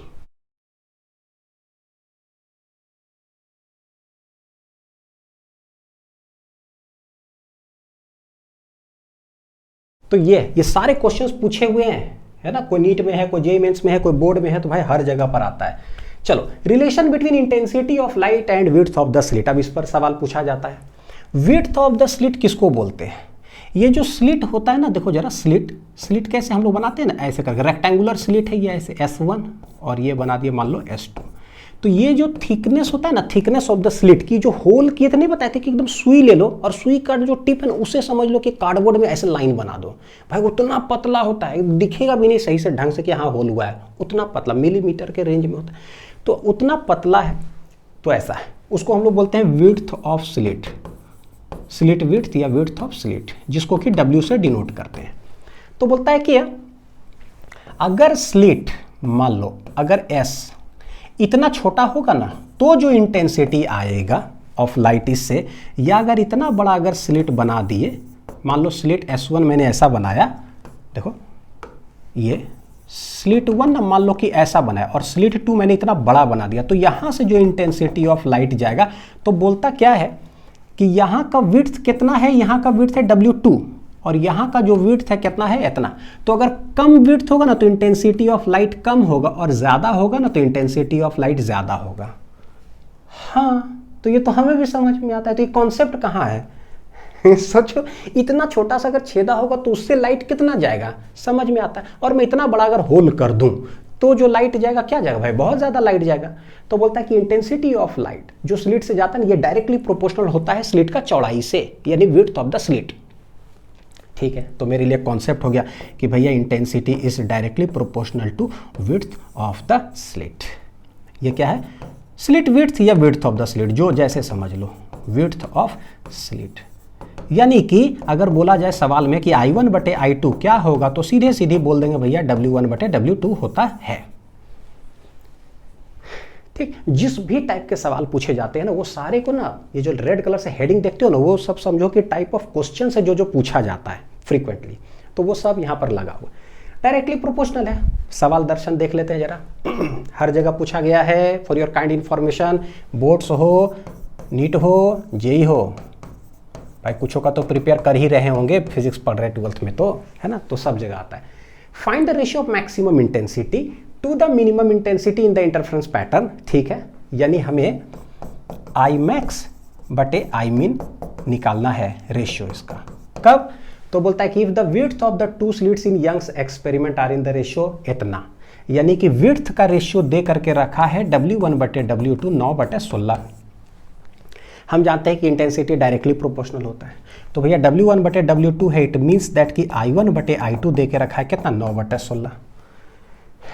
तो डायरेक्ट ये भी दे करके सवाल पूछा, बहुत बार पूछा गया, लेकिन बस थोड़ा सा घुमा दिया, विड्थ ऑफ द स्लिट से पूछ लेता है कि देखे थोड़ा सा एक आगो और नया कौन से पढ़ के आए हो। हाँ भाई पढ़ के आए तो लिखो। तो I1 बटे I2 9/16 हो गया, तो I मैक्स बटे I मीन क्या होता है हम जानते हैं। बोलो हम जानते हैं, बिल्कुल जानते हैं कि I मैक्स बटे I मीन क्या होता है। तो I1 बटे I2 का I मैक्स निकालेंगे तो हम जानते हैं √I1 प्लस √I2 का होल स्क्वायर होता है मैक्सिमा, और मिनिमम में होता है √I1 माइनस √I2 का क्या होता है होल स्क्वायर। कहाँ पर देखे भाई, कहाँ से मैं लिख रहा हूँ ये सब, इंटरफेरेंस लेक्चर, इंटरफेरेंस लेक्चर। बोले ये इंटेंसिटी पीछा नहीं छोड़ेगा ऐसा, ठीक है, कि इंटेंसिटी का मैक्सिमम क्या होता है, मिनिमम क्या होता है जब इंटेंसिटी का रेशियो दिया हुआ हो। तो लिख लेते, देखो √I1 का मतलब क्या होगा, सीधे I1 का वैल्यू पुट कर दो 9 और I2 का वैल्यू क्या पुट कर दो 16। तो हम यहाँ पुट करते हैं, रूट कितना हो जाएगा 9 प्लस रूट हो जाएगा 16 का whole square divided by √9 minus √16 का क्या है होल स्क्वायर। √9 मतलब 3, 16 मतलब 4 का whole square divided by 3 minus 4 का होल स्क्वायर। तो ऊपर हो गया 4 3 7 का होल स्क्वायर, नीचे हो जाएगा 3 में से 4 गया तो -1 का होल स्क्वायर। ठीक, यानी कि 49/1, तो ये हो जाएगा 49/1। तो 2 बार काहे लिखे, डायरेक्ट पता है यही आंसर हो गया 49/1, ऑप्शन नंबर डी। तो विड्थ ऑफ द स्लिट बोले तो इंटेंसिटी का रेशियो हम लोग कैसे निकालेंगे। नेक्स्ट देखो क्या है भाई, अच्छा बहुत अच्छा सवाल, बहुत अच्छा सवाल, बहुत अच्छा सवाल, फिर से बोल रहा हूँ सब जगह पूछा गया है। अपना अपना जो भी एग्जाम तैयारी कर रहे हो ना, इसका PYQs देख लो, PYQs देख लो, PYQs देख लो, सब जगह दर्शन देगा सारे सवाल जो भी मैं करा रहा हूँ। इन YDSE छोटा d इतना, बड़का d इतना। First dark fringe is observe on the screen. First dark कहाँ ऑब्टेन होता है, directly opposite to one of the slits. अच्छा पहले जो लाइन पढ़े ना, पहले डायग्राम बना लेते हैं। क्या बोला डायग्राम, कि बोला जो मेरा स्लिट है ना S1 और ये है मेरा S2, इन दोनों के बीच का डिस्टेंस छोटा d होता है। ये है सेंटर, तो ये हो जाएगा कितना d/2, ये हो जाएगा d/2। बोलता है क्या, the first dark fringe is observe on the screen directly opposite to one of the slits. इसका मतलब एक कोई स्लिट है ना S1 यहाँ, तो इसके ठीक सामने डायरेक्टली ऑपोजिट में एकदम सामने जो है ना क्या ऑब्टेन हो रहा है, फर्स्ट डार्क फ्रिंज। ठीक है भाई, ठीक है, जो बोल रहा हूँ पहले लिख लेता हूँ। इसके ठीक सामने यहाँ पर ऑब्टेन हो रहा है क्या, फर्स्ट डार्क फ्रिंज। यानी हमें देखो पता चल गया ना, ये तो थोड़ा बोलते हैं कान ही पकड़ता है, तो ऐसे पकड़ सकता है, लेकिन घुमा करके पकड़ता है जानबूझ करके। सीधे बोल देता कि फर्स्ट डार्क फ्रिंज इतना डिस्टेंस पर ऑब्टेन हो रहा है, नहीं, एक स्लिट के ठीक सामने डायरेक्टली ऑपोजिट। अच्छा ऐसे लगता है जैसे कि क्या भाई, इससे ये हमें पता चल गया ना कि ये position on the screen y बराबर देखो दे के रखा है, क्योंकि पता है ठीक इसके सामने होगा तो ये डिस्टेंस कितना है, देख लो जरा, d/2, क्योंकि सेंटर से स्लिट कितना डिस्टेंस पर होता है, d/2। यानी कि y = d/2 is given in the question. कहने का मतलब है कि फर्स्ट डार्क फ्रिंज ऑब्टेन हो रहा है कितना पर, d/2 पर। लेकिन हम जानते हैं कि भैया फर्स्ट डार्क फ्रिंज कितना डिस्टेंस पर ऑब्टेन होता है, पोजीशन ऑन द स्क्रीन। सोचो फर्स्ट डार्क कहाँ होता है, तो डार्क के लिए शॉर्ट ट्रिक क्या सीखा है, जैसे बोले 1 ना 50 पैसा कम कर दो, 2 बोले डार्क फ्रिंज के लिए 50 पैसा कम कर दो, तो बोले कि ठीक है फर्स्ट डार्क फ्रिंज y कितना होता है, फर्स्ट 50 पैसा कम कर दो, तो 1 रुपया में 50 पैसा कम कर दिया, 1 लैम्डा बड़ा बटे छोटा होता है, और y बराबर गिवन है क्वेश्चन में कि ये d/2 है।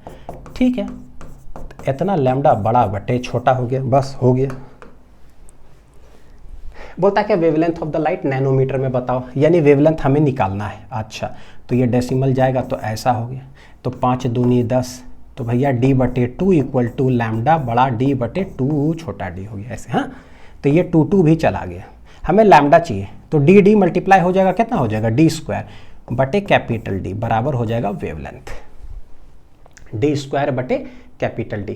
तो जो भी वैल्यूज दे के रखा है ना उसको हम लोग रख के कैलकुलेट करते हैं वेवलेंथ का। देखो जरा डी स्क्वायर, छोटा डी कितना 0.6, तो 0.6 मिलीमीटर है, मिलीमीटर कितना 10⁻³ तो इसी का होल स्क्वायर है, तो यही चीज 2 बार मल्टीप्लाई कर दो और क्या होल स्क्वायर है, डिवाइड बाय कैपिटल डी कितना 80 सेंटीमीटर, तो 80 सेंटीमीटर मतलब 10⁻²।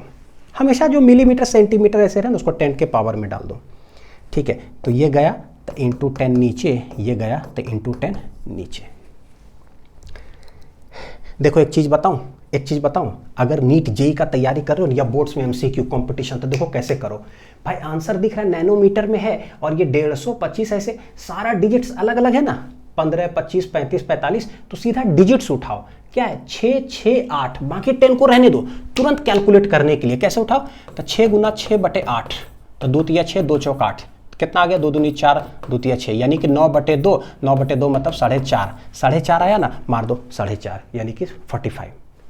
ये कैलकुलेशन करने का तरीका सिखा रहा हूं भाई। देखने बहुत छोटा लग रहा है लेकिन आपका समय बहुत बचाएगा एग्जाम में, कि कभी भी 10, 10, 10 ऐसे। बस ये ऑप्शन देखो, अगर अलग अलग डिजिट दिखाई दे रहा है तो बस मेरा बात याद रखना, इसका मतलब है कि भाई न्यूमेरिकल्स में कैलकुलेशन हमें नहीं करना है, बस वो नंबर्स उठा करके ना कुछ कर दो, धड़ाक धड़ाक धड़ाक। 10 छोड़ दो भाई, 10 तो अपने यहाँ पे एडजस्ट हो ही जाएगा ना, ऑप्शन ऐसे देख के रखा नैनोमीटर, तो एडजस्ट हो ही गया, तो मैं लिख दूं 450 कितना आ जाएगा नैनोमीटर आ जाएगा, यानी 10⁻⁻9 मीटर। कर लेना कैलकुलेट, 6 6 36, 10⁻⁻6 ऐसे 10 10 ऊपर ले जा करके हर तरफ से परिपूर्ण हो जाओ। चलो ये अब क्या कहता है, देखो पोजीशन ऑफ फ्रिंजेस हमें निकालना है। पोजीशन ऑफ फ्रिंजेस कब, जब थीटा हो लार्ज। अभी तक जितना पढ़े थे ना सब थीटा छोटा, तभी जाकर के इस फॉर्मेट में हम लोग लिख भी रहे थे, नहीं 1.5 लैम्डा बड़ा बटे छोटा, ये सब क्या था जब थीटा बहुत छोटा होता है तो। अच्छा, तो थीटा का क्या कहानी था भाई, तो यहां पर अगर बड़ा होगा का मतलब क्या होता है, D is comparable to wavelength. क्या है ये, तो देखो क्या है, जैसी YDAC हम लोग पढ़े थे ना, तो वहां पर 2 चीज मैंने बताया था कि एक तो पाथ डिफरेंस होता है, डायग्राम में याद करो d sin थीटा, और दूसरा होता है tan थीटा बराबर क्या होता है y/d। कैसे ये डायग्राम था, ऐसे स्लिट है ये वाला S1, ये वाला S2, और ये है कोई point P on the screen, जो कि ये वाला डिस्टेंस है y। तो बोलते हैं सेंटर से ऐसे बनाते थे, दिस इज थीटा, कि कितना एंगल पर वो पॉइंट है जहां पर इंटरफेयर करके कुछ बनेगा, और ये है d। तो tan थीटा क्या होता है, परपेंडिकुलर बटे बेस। और path difference delta x equal to d sine theta हमें पता है, यहाँ ज्वाइन करते हैं एक परपेंडिकुलर ड्रॉप करते थे, तो ये आता था डेल्टा एक्स, जो कि डी साइन थीटा के बराबर है ना। यही रास्ते में अंतर होता है। तो ये 2 कॉन्सेप्ट था, ठीक है। तो सबसे पहले हम साइन थीटा क्वेश्चन में देख करके निकालेंगे, जो कि होगा डेल्टा एक्स बटे डी। तो देखते पहले पढ़ते हैं क्वेश्चन। इन YDAC कैपिटल डी है 1 मीटर, देखो 1 मीटर, छोटा डी देके रखा है 1 मिलीमीटर, लैम्डा इक्वल टू कितना है भाई, 1/2 मिलीमीटर। लैम्डा कितना है, 1/2 मिलीमीटर। अब यहीं पर बताए थे कि भाई साइन थीटा पहले चेक करो कि छोटा है कि बड़ा है, कैसे पता चलेगा, देखते। Find the distance between first and central maxima on the screen. इसका मतलब first maxima and central maxima. तो बोले कि भाई स्क्रीन पर सेंट्रल मैक्सिमा कहाँ बनता है, यहाँ सेंट्रल मैक्सिमा, और फर्स्ट मैक्सिमा लेट कहीं पर यहाँ बना है फर्स्ट मैक्सिमा। तो इन दोनों के बीच में ना हमें डिस्टेंस निकालने के लिए बोला, तो डिस्टेंस निकालने बोला मतलब कितना हो जाएगा y। तो हमें पता है कि भाई ये स्लिट से S1 S2 से जब एक वेव यहाँ पहुँचता है, दूसरा वेव यहाँ पहुँचता है, फर्स्ट मैक्सिमा जहाँ बनता है वहाँ पर पाथ का डिफरेंस क्या होगा। क्या होता है पाथ का डिफरेंस, सोचो जब फर्स्ट मैक्सिमा बनता है तो, यानी कि first bright fringe.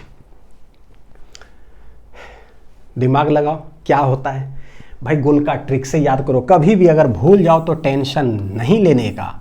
Delta x याद करने का ट्रिक क्या सिखाएं, 0, 50 पैसा याद करो, है ना, 50 पैसा के बाद 1 रुपया, फिर 1.5 रुपया, सब याद करा दीजिए, 2 रुपया। तो ये हो जाता है सेंट्रल ब्राइट फ्रिंज। तो ये कैसा हो जाता है, फर्स्ट ब्राइट फ्रिंज, है ना। तो पाथ डिफरेंस बोलेंगे, फर्स्ट ब्राइट का मतलब क्या होता है 1 लैम्डा, सेकेंड ब्राइट का मतलब 2 लैम्डा। तो फर्स्ट ब्राइट जहां पर बन रहा है वहां का पाथ डिफरेंस है 1 लैम्डा। तो हम रख देते हैं कि जहां पर फर्स्ट मैक्सिमा बनता है वहां डेल्टा एक्स है क्या, तो बोले कि डेल्टा एक्स कितना है 1 लैम्डा के बराबर है। है ना, जानते हैं हम।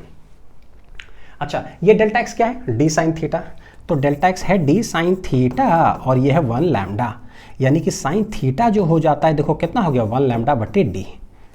यहीं से हम आइडेंटिफाई करते हैं भैया थीटा छोटा है कि थीटा बड़ा है।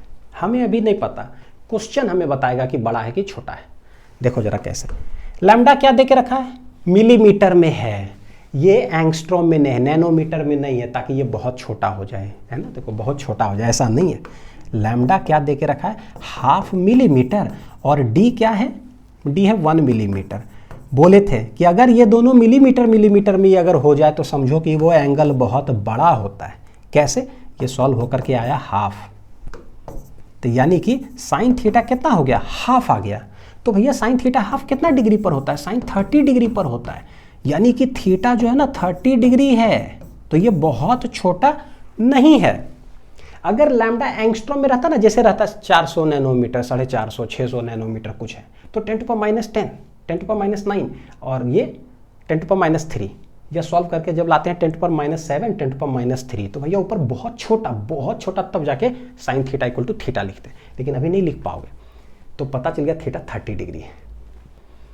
इसलिए मैंने बोला तो हेडिंग मेरा क्या है, पोजीशन ऑफ फ्रिंजेस निकालो ऑन द स्क्रीन जब थीटा लार्ज है।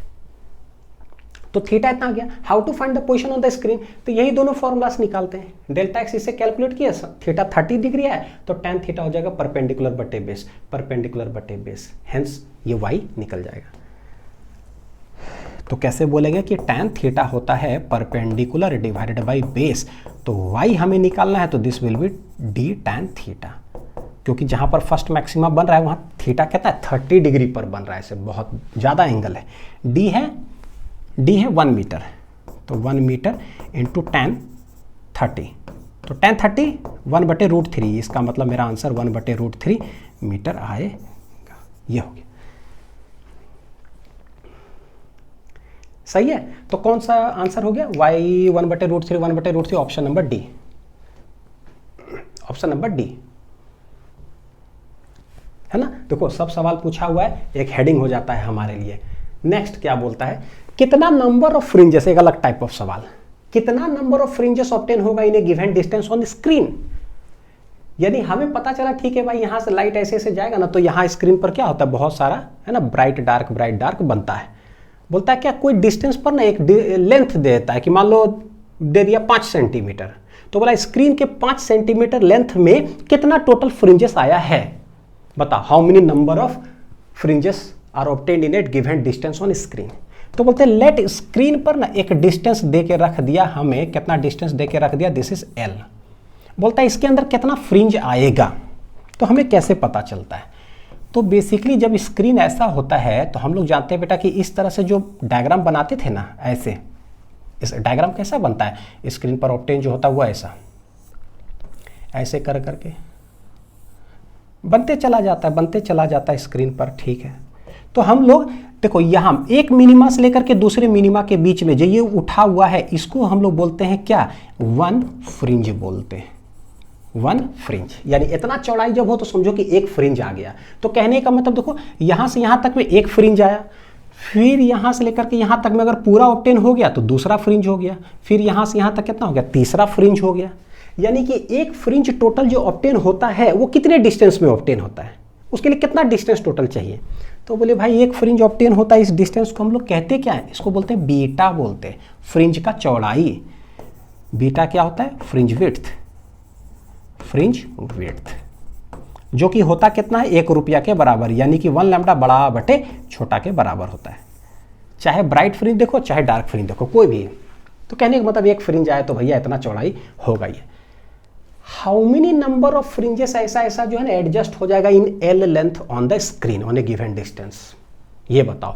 तो बोले कि ठीक है, इसका मतलब ऐसे हो गया, तो गिन लो बैठ करके कि कितना हो रहा है तो कैसे निकाला जाए।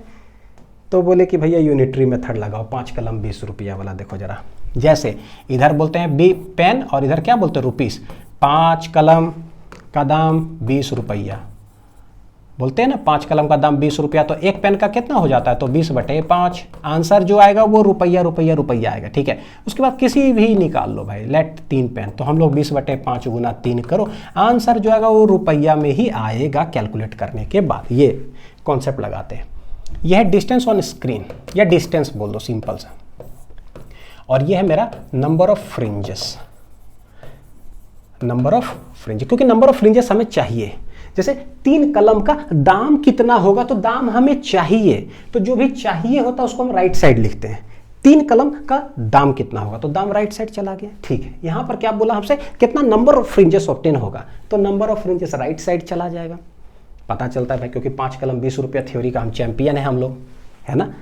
हाँ, तो बोलते कितना डिस्टेंस में कितना फ्रिंज आता है, तो बोले कि भैया देखो बीटा डिस्टेंस अगर होगा ना तो उसमें एक फ्रिंज चला आता है। जैसे 5 कलम में ना 20 रुपया, मतलब 5 कलम का दाम 20 रुपया हो जाता है, उसी तरह से बोले बीटा डिस्टेंस जब होगा ना तो एक फ्रिंज आएगा। तो वही बात है, जब एक लिख दे उसके बाद एक कलम का हमको जरूरत होता है, बोलते ठीक है हर एक मीटर में कितना हो जाएगा, 1/बीटा हो जाएगा। लेकिन हमें कितना डिस्टेंस में चाहिए, L length on the screen होगा ना तो कितना आएगा, देख लो 3 कलम तो 3 मल्टीप्लाई कर दो, यानी 1/बीटा इंटू एल हो जाएगा। आंसर क्या आएगा, तो बोला अगर रुपया है ना तो रुपया रुपया रुपया, ये क्या है नंबर ऑफ फ्रिंजेस, तो number of fringes number of fringes, तो भैया ये number of fringes he answer आएगा। चेक करो, आप सिर्फ ये समझो ना कि 5 कलम 20 रुपया थ्योरी क्या है, मैं पूरा फिजिक्स पढ़ा दूंगा अगर वो आपको आता है मैं इधर समझा दूंगा। ऐसे लिखता n = L/बीटा तो लगता है जैसे फॉर्मूला पढ़ रहे हैं, है ना। वाह, वो फिजिक्स का फॉर्मूला है भाई, कोई फॉर्मूला वॉर्मूला नहीं है, बस ऐसी है, ठीक है। ये n = क्या आ जाएगा, L/बीटा, that is the number of fringes which is obtained on a L length of the screen. L/बीटा, ठीक। अब ये पता चल गया कि नंबर ऑफ फ्रिंजेस कितना ऑब्टेन होगा इसके अंदर, तो बोले n = हो जाएगा L/बीटा। अब इसमें ना थोड़ा सा खेल है हल्का सा, कि अगर सच में बोल दिए कि इतना मेरा लेंथ है, पूरा जितना बीटा है ना, जितना बीटा है उतना ही मान लो लेंथ अगर हम यहाँ कर दिए, उतनी लेंथ में कितना ऑब्टेन होगा, तो बोले बीटा ही है वो लेंथ, तो पूरा एक फ्रिंज हो गया कंप्लीट। लेकिन कभी भी ये नंबर जो है हम लोग निकाल रहे हैं L/बीटा, वो अगर डेसिमल में हो जाए 7.3, 7.45 ऐसा कुछ करके, तब तो उसका क्या मतलब होता है अभी बता, तो पहले इसको लिख लो। देखो ये केस 1 कि अगर n = मेरा क्या है, नंबर ऑफ फ्रिंजेस मेरा आया है ना L/बीटा, ठीक है। बोलता है अगर L/बीटा होल नंबर हो, होल नंबर का मतलब कि दैट इज 1 हो, 2 हो, 3 हो, 4 हो, ऐसा करके कुछ, या 0 ही हो, है ना। होल नंबर मतलब 0 से शुरू होता है, नेचुरल 1 से, ठीक। ऐसा L/बीटा हमने किया और ऐसा आ गया 1 2 3 4 5, तो इसका मतलब क्या हुआ, तो बोले कि अगर L/बीटा मान लो हमने किया और आंसर आ गया 3, इफ, इसका मतलब है कि n = हो गया 3, इसका मतलब है कि 3 कंप्लीट फ्रिंजेस विल लाई इन कितना L लेंथ ऑफ स्क्रीन, क्योंकि 3 आंसर आया, इसका मतलब पूरा का पूरा 3 कंप्लीट फ्रिंजेस जो है ना उस L लेंथ में फिट हो गया, तो 3 फ्रिंजेस हो गया।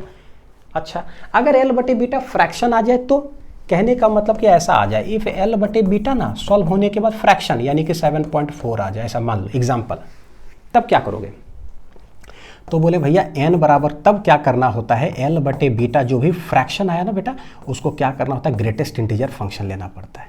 ये जो स्क्वायर है ना वो क्या है, तो it is greatest integer function, square bracket करके ना इस तरह से लिख दिया जाता है।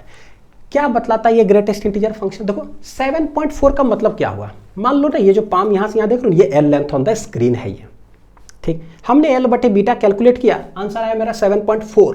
इसका मतलब क्या हुआ कि भाई यहां से लेकर के यहां तक में क्या हुआ, 7 कंप्लीट फ्रिंजेस तो बना, लेकिन दूसरा जो फ्रिंज ऐसे बनने वाला था ना उसका 0.4 भाग जो है ना स्क्रीन पर है, तभी तो मेरा आंसर 7.4 आया। तो पूरा एक कंप्लीट फ्रिंज कितना होगा, एक लेंथ, उसका 0.4 तो स्क्रीन पर उस लेंथ में आया, 0.6 जो है उस लेंथ में नहीं आया, कहने का मतलब। तो how many total number of complete fringes is obtained on the screen of that length, तो बोलेंगे 7, कितना बोल देंगे, 7 complete fringes is obtained, simple सा। है ना। तो वही ग्रेटेस्ट इंटीजर फंक्शन का मतलब क्या होता है, जैसे अगर एल बटे बीटा ऐसा होगा तो एन बराबर हमें कितना बोलना पड़ेगा, how many number of fringes obtain, तो 7 फ्रिंजेस एक्चुअली उसके अंदर लाइक कर रहा है। ठीक है, तो ग्रेटेस्ट इंटीजर फंक्शन एक ऐसा फंक्शन है कि 7.4 आया है, उसके अंदर what is the greatest integer value, तो बोले भैया ग्रेटेस्ट इंटीजर वैल्यू कितना है, 7 है वो, क्योंकि 8 वाला तो अभी बना नहीं है ना, कंप्लीट तो उसके अंदर एडजस्ट हुआ नहीं, तो हम लोग बोलते हैं ग्रेटेस्ट इंटीजर फंक्शन का मतलब होता है क्या। अब डायरेक्ट इसका शॉर्ट ट्रिक सीख लो कि अगर 7.4 होगा ना तो सीधा वैल्यू जो ना कम वाला लिख दो कि क्या है, देखो जरा, यानी 7.4 है ना तो 7 कम करके लिख दो। अगर कहीं 8.6 हुआ तो ग्रेटेस्ट इंटीजर का आंसर क्या आ जाएगा, 8, यानी बस इंटीजर पार्ट क्या करना है, लिख देना पड़ता है लोवेस्ट इंटीजर वाला।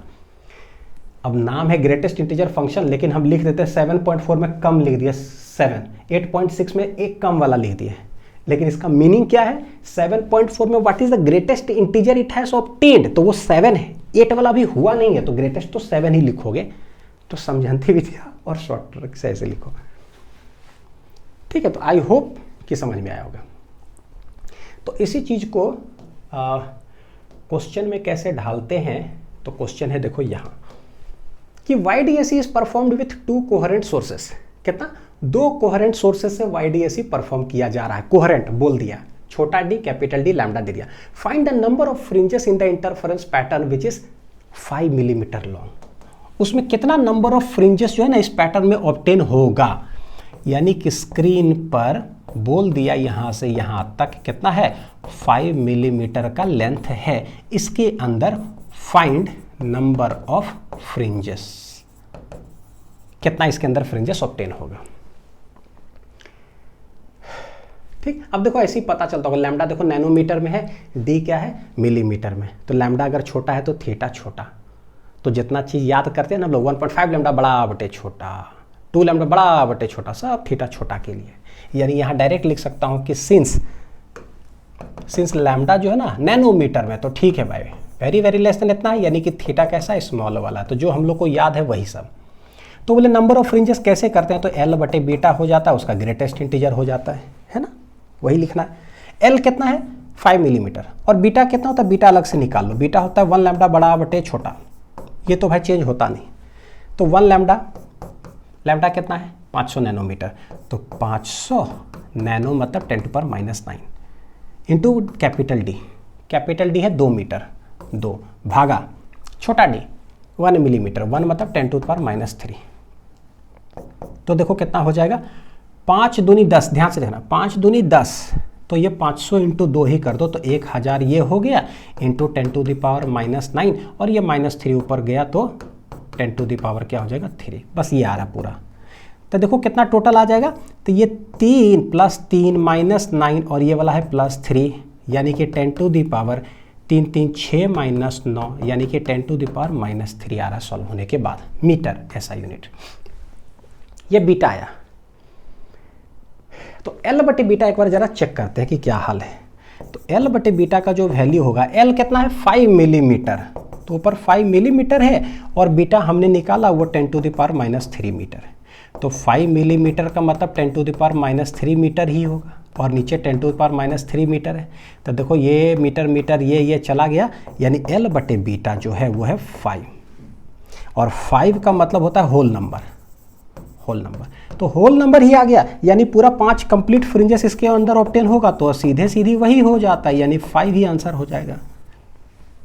अगर ये वाला सॉल्व हो करके मान लो 5.6 आ जाता, 5.7, तो इंटीजर वाला पार्ट लिख देते कि भाई उतना ऑब्टेन हुआ, तो 5 हो जाएगा मेरा ऑप्शन नंबर सी।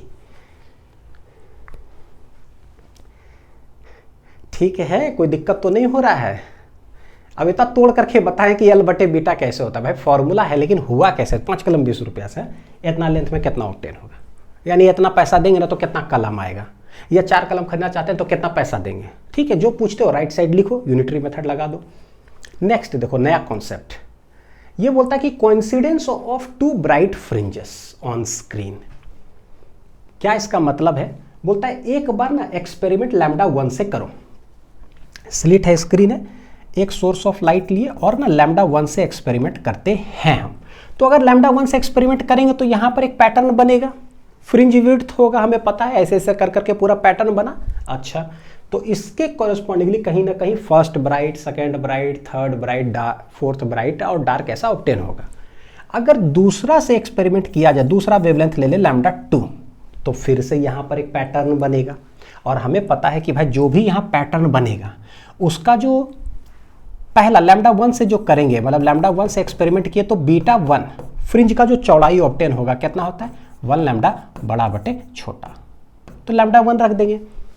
सिमिलरली अगर λ2 से एक्सपेरिमेंट किया जाए तो इसका जो चौड़ाई होगा ये होगा 1 लैम्डा बड़ा बटे छोटा, इस तरह का चौड़ाई होगा। अब अगर मान लो कोई लैम्डा बड़ा है या कोई छोटा है तो उसके कॉरेस्पॉन्डिंगली हमें पता चलेगा कि मान लो अगर λ1 बड़ा है तो भैया बड़ा बड़ा बड़ा बड़ा है ना, इस तरह से फ्रिंजेस ऑब्टेन होगा। ठीक है, λ2 छोटा है तो छोटा छोटा छोटा छोटा फ्रिंजेस क्या होगा ऑब्टेन होगा। इसका मतलब ऐसा हो सकता है कि पहला λ1 से एक्सपेरिमेंट किए और स्क्रीन पर मान लो λ1 के वजह से जहां थर्ड ब्राइट बना है, क्या बना है थर्ड ब्राइट, और λ2 छोटा है उससे एक्सपेरिमेंट किए, हो सकता है वो छोटा छोटा छोटा छोटा है तो उसका सेवेंथ ब्राइट क्या हुआ ना एक ही पोजीशन पर क्या कर गया ओवरलैप कर गया। यही है coincidence of two bright fringes on the same point on the screen, कि पहले वाले जो चौड़ा चौड़ा चौड़ा था तो उसका थर्ड ब्राइट जहां होता है, दूसरा से एक्सपेरिमेंट करते वो छोटा छोटा फ्रिंजेस होता है तो उसका सेवेंथ मान लो आ जाता है, तो बोलेंगे एक ही पोजीशन पर third bright of first wavelength से और सेवेंथ ब्राइट ऑफ सेकंड वाले वेवलेंथ से क्या कर गया ओवरलैप कर गया। तो बनाओ कि क्या, यही है कॉन्सेप्ट। आई होप कि समझ में आया होगा। जो मैंने बोला ना उसको फिर से सुन लेना, रिपीट करके देखो। Coincidence of two bright fringes on screen, या उसको बोलते हैं क्या order of maxima which coincides when YD is perform by two lights, कि जब दो लाइट से हम परफॉर्म करेंगे एक्सपेरिमेंट तो ऑर्डर ऑफ मैक्सिमा, इसका मतलब पहला का कौन सा मैक्सिमा और दूसरे वाले का कौन सा मैक्सिमा क्या करेगा कोइंसाइड करेगा। तो लेट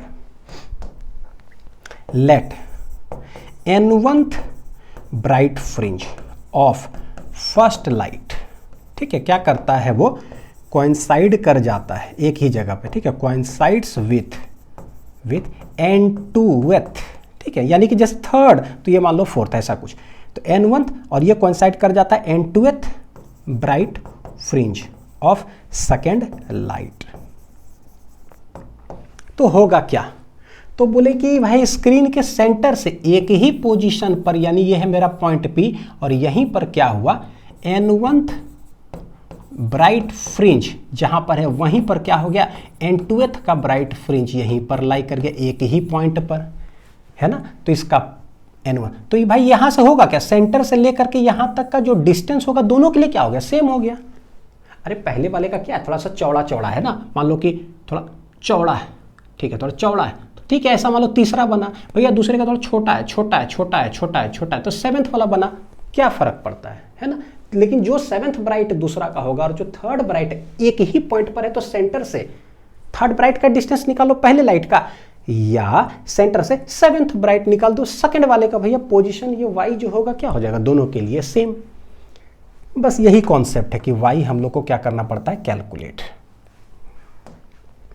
बना लो हेडिंग डायग्राम जो भी मैंने ये लिखा है। Therefore position of n1th bright fringe of first light will be equal to position of, therefore y1 जो होगा वो किसके बराबर हो जाएगा y2 के बराबर हो जाएगा दोनों। ये क्या है that this is n1th bright fringe और ये वाला क्या है n2th ब्राइट फ्रिंज, ठीक है, ये फर्स्ट लाइट का ये सेकंड लाइट का। तो n1th ब्राइट फ्रिंज के लिए पोजीशन कैसे लिखते हैं, तो ब्राइट फ्रिंज के लिए कैसे लिखते हैं इस तरह से, देखो 1 लैम्डा बड़ा बटे छोटा या 2 लैम्डा बड़ा बटे छोटा। तो अगर फर्स्ट होता है तो फर्स्ट ब्राइट फ्रिंज का ऐसा, सेकंड होता है तो सेकंड ब्राइट फ्रिंज, याद करो, है ना। तो अगर बोलेंगे पहले का n1th ब्राइट फ्रिंज तो फॉर्मूला कैसे लिखाएगा, तो ये हो जाएगा n1 लैम्डा बड़ा बटे छोटा, लेकिन वेवलेंथ इसका कितना है λ1 से एक्सपेरिमेंट किए, तो n1th ब्राइट फ्रिंज जो है वो दूसरे वाले का ना n2th ब्राइट फ्रिंज से ओवरलैप कहते हैं, n2 लैम्डा बड़ा बटे छोटा, दोनों का ब्राइट फ्रिंज ओवरलैप किया। डी और डी तो चेंज होगा नहीं, distance between the slit and the screen और डिस्टेंस बिटवीन द स्लिट्स, तो ये दोनों को रहने दो जैसा है, तो डी बटे डी कैंसिल आउट हो गया। मेरा आंसर क्या आया, n1 lambda 1 equal to n2 lambda 2, ऐसा मेरा आंसर आ गया, ऐसा मेरा आंसर आ गया। ठीक है, तो जब भी बोलेगा कोइंसाइड कर रहा था n1 lambda 1 equal to n2 lambda 2, यानी पहले वाले का थर्ड दूसरे वाले का सेवंथ ओवरलैप किया, तो ये 3 ये 7, तो यहाँ से सॉल्व क्या करके लाएंगे हम लोग, यहाँ से एक काम वाला चीज़ होता है कि n1 बटे n2 जो हो जाएगा, n1 बटे n2 ये हो जाएगा लैम्डा 2 बटे लैम्डा 1, ये हो जाएगा सॉल्व होने के बाद। अच्छा, कॉन्सेप्ट क्या है, कॉन्सेप्ट क्या है कि इफ आफ्टर सॉल्विंग मान लो कि पूरा सॉल्व किए और मेरा ना आंसर आया लेट n1 बटे n2, मतलब कि लेट n1 बटे n2, ये जो वेवलेंथ का रेशियो सॉल्व किया ना, मान लो आंसर आ गया ऐसा कुछ, छोड़ो रैंडम को नंबर लेता हूँ 11 बटे 17 मान लो, ऐसा सॉल्व होने के बाद आ गया लेट वेवलेंथ का वैल्यू हमने पुट किया, तो इसका क्या मतलब होगा, तो लेट इफ ऐसा आया है तो इट मीन्स दैट कि डायरेक्ट यहाँ से रिलेशन देखना, इट मीन्स कि 11th ब्राइट फ्रिंज ऑफ पहला light will coincide with 17th bright fringe of दूसरा लाइट। ठीक है, आंसर आने का मतलब होता है, तो मैं लिख रहा हूं इट मीन्स दैट, लिखना कॉपी में लिखना अपना बहुत जरूरी है, it means that 11th bright fringe of first light coincides with, क्या होना चाहिए, कोइंसाइड्स विथ, भैया मैं ऐसे लिख देता हूँ, कोइंसाइड्स विथ किसके साथ, तो बोले 17th ब्राइट फ्रिंज ऑफ मैं एक मिनट इधर कर रहा हूँ, पहले लिखने तो मेरे को 7 इतना सेकेंड लगी है, ऐसा ये इसका मतलब होता है। खतरनाक कॉन्सेप्ट है, सॉल्व करने के बाद क्या आया ना उस आंसर का सिग्निफिकेंस है, क्योंकि आंसर आने के बाद भी बहुत सारे बच्चे गलती कर देते हैं। आंसर आ गया, ऑप्शन में दोनों लिखा रहता है क्या लिख रहेगा, 17th ब्राइट फ्रिंज ऑफ दूसरा या पहला है ना, 11th ब्राइट फ्रिंज ऑफ दूसरा, ये इसमें कंफ्यूज कर देता है 4 ऑप्शन में, तो समझ में आना चाहिए सीधा सीधी। ठीक है, इसका मतलब होता है 11th पहला 17th दूसरा, क्या करेगा, कोइंसाइड। आ गया n1 lambda 1 equal to n2 lambda 2। Question बनाते देखो जरा, YDEC is performed with 2 wavelengths इतना एंड इतना नैनोमीटर, यानी जो पहले बोला मेरे लिए वो लैम्डा 1 हो गया कितना 800 नैनोमीटर हो गया, बाद में जो बोला लैम्डा 2 हो गया कितना 600 नैनोमीटर हो गया। ठीक, given d equal to 1.4 metre and छोटा d इक्वल टू है कितना 0.28 मिलीमीटर रहने तो जो है, बोलता कैलकुलेट द लीस्ट डिस्टेंस, कहां से, from the central bright maximum, least distance निकालो where the bright fringes of the 2 wavelengths coincide, दोनों कोइंसाइड कर जाता है, तो सेंटर से निकालो। तो हम बोले ठीक है भाई, स्लिट है मान लो S1 S2, तो बोलता है सेंट्रल मैक्सिमा से ना वो पॉइंट निकालो जहां पर दोनों कोइंसाइड करेगा, इस जगह पर क्या करेगा, कोइंसाइड करेगा, तो ये बोलता है ये डिस्टेंस निकालो कि क्या होगा। तो पहले मेरे को पता तो चले कि पहला लाइट लैम्डा 1 से जब एक्सपेरिमेंट किया ना तो कौन सा ब्राइट आया उस पॉइंट पर और दूसरे का कौन सा ब्राइट आया, तो दोनों का तो यहाँ से सेम ही डिस्टेंस होगा, तो किसी में भी पुट करके निकाल लोगे वही आ जाएगा। करके देखते हैं, बोले कोइंसाइड, तो भैया n1 lambda 1 equal to n2 lambda 2, तो ये n1 बटे n2 जो हो जाएगा, बोले थे सॉल्व करने के लिए, ये आ जाएगा लैम्डा 2 बटे लैम्डा 1, लैम्डा 2 कितना है 600 nanometre divided by 800 nanometre, nanometre चल गया, 2 0 2 0 चल गया, तो 2 3 6 2 चौक 8, यानी कितना 3 बटे 4, यानी n1 बटे n2 जो हो जाएगा ये हो जाएगा कितना 3 बटे 4 आया। आ गया आंसर। अब आंसर का मतलब होता है सिखा दिए सामने सामने, तो n1 इक्वल टू 3, इसका मतलब क्या है ना कि थर्ड ब्राइट फ्रिंज ऑफ पहला लाइट कोइंसाइड करेगा फोर्थ ब्राइट फ्रिंज ऑफ दूसरा लाइट। आंसर का मीनिंग क्या है भैया, मीनिंग है कि इट मीन्स दैट कि third bright fringe of first light जो होगा जहां पर होगा ना वही होगा किसका, फोर्थ ब्राइट फ्रिंज ऑफ दूसरा लाइट, सेकंड लाइट हो गया। थर्ड ब्राइट पहला का, फोर्थ ब्राइट दूसरा का, दोनों सेम जगह पे लाई करने जा रहा है, तो किसी का भी निकाल लो, यानी यहां पर होगा क्या, इसी पॉइंट P पर है थर्ड ब्राइट फ्रिंज किसका, मतलब पहला लाइट का ऑफ फर्स्ट, और यहीं पर है क्या fourth bright fringe of second, दोनों एक ही जगह पर है तो किसी एक के लिए निकाल दो। अब ब्राइट फ्रिंज कैसे लिखते हैं, मान लो थर्ड ब्राइट फ्रिंज अगर बोला तो क्या होता है 3 लैम्डा बड़ा बटे छोटा, 4 ब्राइट फ्रिंज बोलेगा तो फोर्थ ब्राइट फ्रिंज, हाँ तो 4 लैम्डा बड़ा बटे छोटा। ये कैसा है TH है, सॉरी थर्ड फोर्थ, कोई चीज़ सोचता हूँ थोड़ा जल्दी लिखा है तो लिखा ही नहीं सकता है, एकदम नहीं लिखाएगा। थर्ड ब्राइट फ्रिंज, लो भैया पूरे लिखो, fourth bright fringe of second. तो हमें y चाहिए, मिनिमम डिस्टेंस यहाँ से क्या हो तो कोई भी निकालो। देखो मैं दोनों निकाल करके दिखा देता हूँ, ठीक, दोनों। हाँ तो position on the screen y बराबर क्या हो जाएगा, तो बोले थर्ड ब्राइट फ्रिंज ऑफ किसका है, पहला लाइट है ना, पहला लाइट, ठीक है। तो थर्ड ब्राइट फ्रिंज का मतलब क्या, 3 लैम्डा बड़ा d बटे छोटा d, लेकिन पहला लाइट है तो वेवलेंथ क्या लिखेंगे, लैम्डा 1 निकालो। तो 3 इंटू लैम्डा 1 क्या है भाई, लैम्डा वन है 800 नैनोमीटर, तो ये 800 नैनोमीटर मतलब 10⁻⁹। कैपिटल D क्या है 1.4 मीटर है और वो 0.28 मिलीमीटर है। देखो कितना 0.28 मिलीमीटर, तो 0.28 मिलीमीटर मतलब 10⁻⁻3, ठीक है। ये डेसिमल जाएगा ना तो 100 ऊपर चला गया और एक डेसिमल यहाँ से गया तो 10 नीचे आ गया, तो ये 0 1 1 तो चला गया।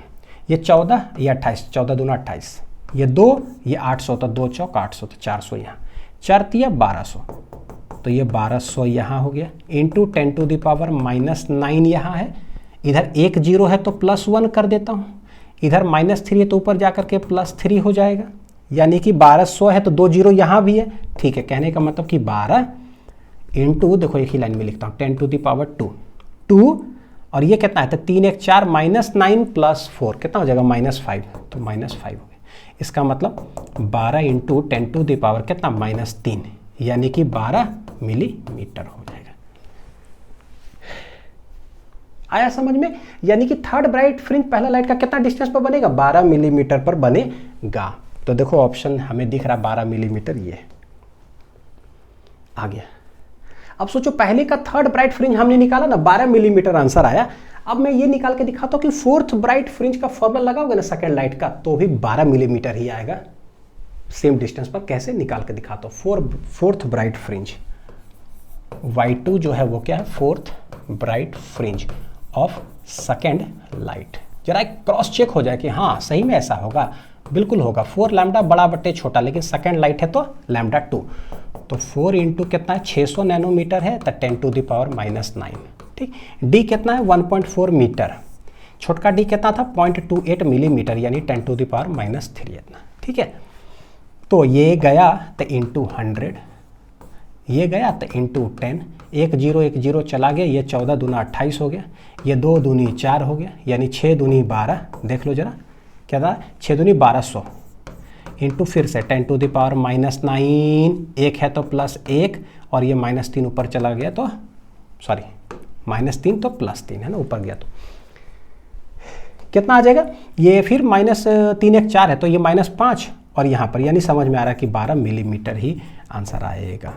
तो देखो जिधर से भी सॉल्व करो, कोई बच्चा मान लो बोलेगा ना कि अरे थर्ड ब्राइट फ्रिंज ऑफ पहला और फोर्थ ब्राइट फ्रिंज ऑफ दूसरा, हमें पोजीशन ऑन द स्क्रीन निकालने बोला, तो लेट किसी के स्टूडेंट से यही लिखा गया, मान लो फोर्थ ब्राइट ही निकालो तो तुम्हारा भी आंसर आ जाएगा। को मान लो थर्ड ब्राइट निकालेगा पहला वाला का, तो उसका भी आंसर आएगा।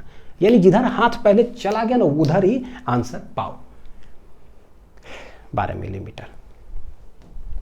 कितने सारे छोटे छोटे कॉन्सेप्ट्स हैं भाई, ये सब एक कॉन्सेप्ट में था कि कोइंसाइड जब करेगा तो क्या होता है।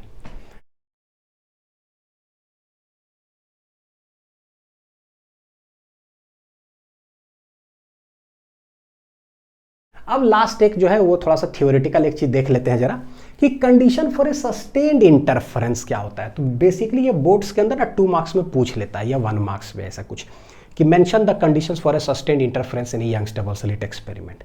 क्या इसका मतलब हुआ, इसका मतलब ये होता है कि भाई स्क्रीन पर ना सस्टेन्ड इंटरफेरेंस बने का मतलब कि जहां जैसे ब्राइट हो ना तो वहां ब्राइट ही रहे, जहां डार्क हो वहां डार्क ही रहे। सस्टेन्ड इंटरफेरेंस मतलब जो बन जाए, सच में लाइट इंटरफेयर करे और पैटर्न बने, कहने का मतलब ऐसा ना हो कि यहाँ पर ब्राइट भी हो रहा है डार्क भी हो रहा है, ब्राइट भी हो रहा है डार्क भी हो रहा है एक ही पॉइंट पर, तो वो इनकोहेरेंट सोर्स है, वो गड़बड़ है। उसमें क्या होता है, उसमें uniform illumination takes place on the screen, जो कि I1 प्लस I2 के बराबर हो जाता है, इनकोहेरेंट वाला। ठीक है, हाँ। तो ये कैसे सस्टेन्ड इंटरफेरेंस होगा, बहुत अच्छा पैटर्न बनेगा। पहला, the two sources of light must come from a single source of light. भैया एक ही सोर्स ऑफ लाइट से अगर लाइट आएगा तो एक ही फ्रीक्वेंसी का आएगा, तो हमें पता है यही लाइट इधर घुसेगा, सेम फ्रीक्वेंसी कैसा हो जाएगा, ये कोहेरेंट हो जाएगा। और अगर कोहेरेंट हुआ तो यहाँ पर जो स्क्रीन पर हमें पैटर्न मिलेगा वो कैसा होगा, सस्टेन्ड इंटरफेरेंस होगा, है कि नहीं? ठीक है। दूसरा, the two sources of light must be coherent. तो बोलता है कि जो भी दो सोर्सेस ऑफ लाइट मान लो अलग अलग भी ले रहे हो, मान लो, तो भाई ऐसा लो कि दोनों का फ्रीक्वेंसी सेम होना चाहिए। अगर ले भी रहे हो तो ये नोट करो कि दोनों फ्रीक्वेंसी सेम होना चाहिए, मस्ट बी कोहेरेंट। तो ये 2 पॉइंट हो गया, बस एक एक करके ना देखना कि क्या है। फिर the source of light must be monochromatic.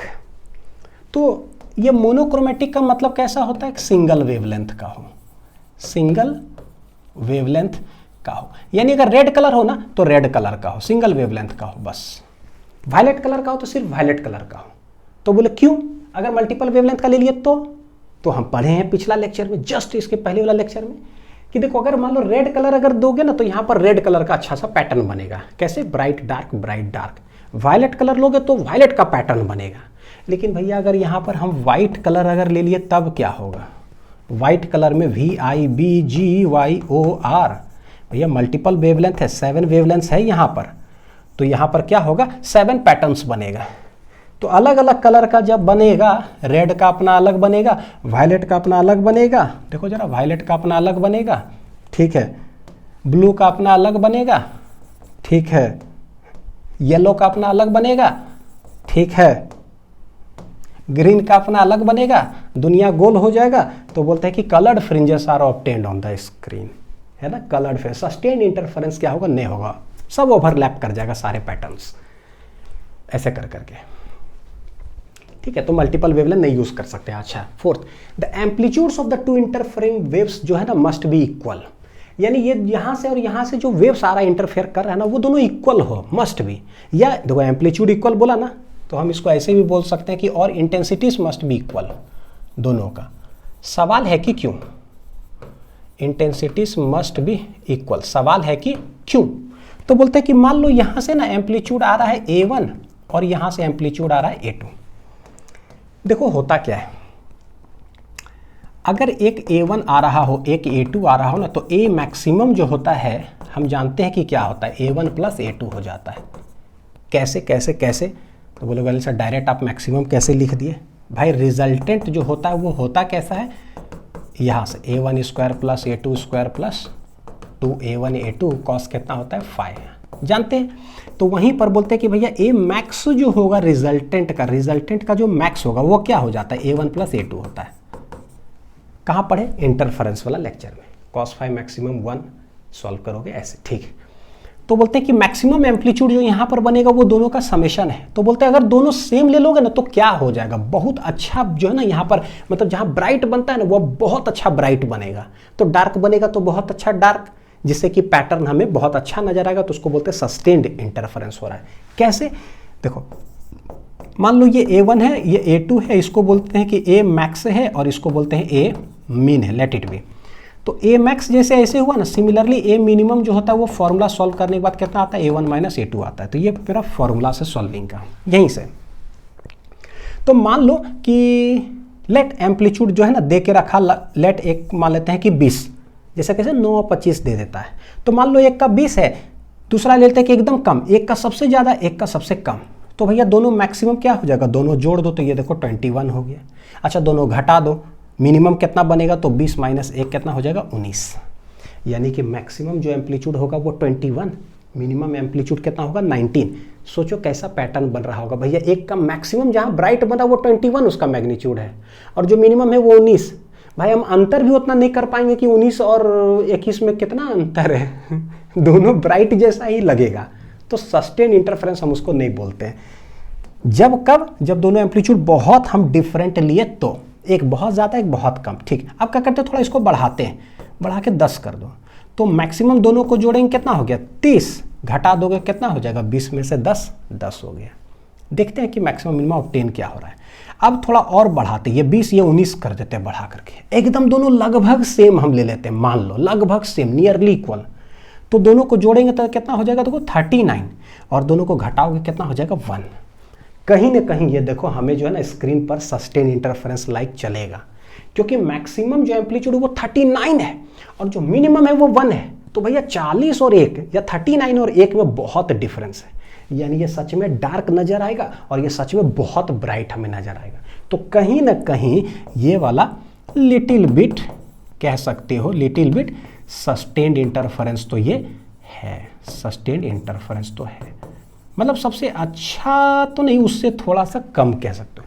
लेकिन अगर हम दोनों सेम ले लिए, ये भी 20 ये भी 20, तो 20 20 कितना हो जाएगा, ये 40, और 20 माइनस 20 कर देंगे, ये हो जाएगा 0।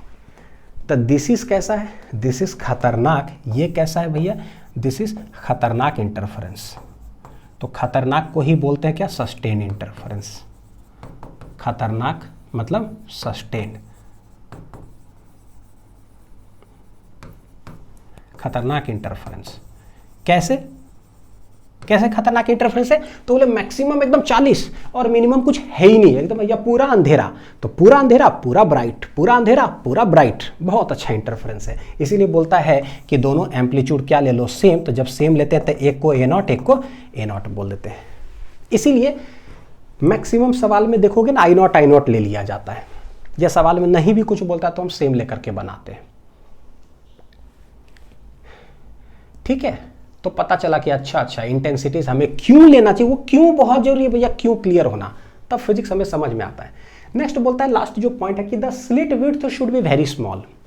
ये जो विड्थ ऑफ द स्लिट है ना, यहाँ पर विड्थ ऑफ द स्लिट जो हम लोग लेते हैं S1 और S2, ये विड्थ बोलता है कि बहुत छोटा होना चाहिए, बहुत छोटा हो।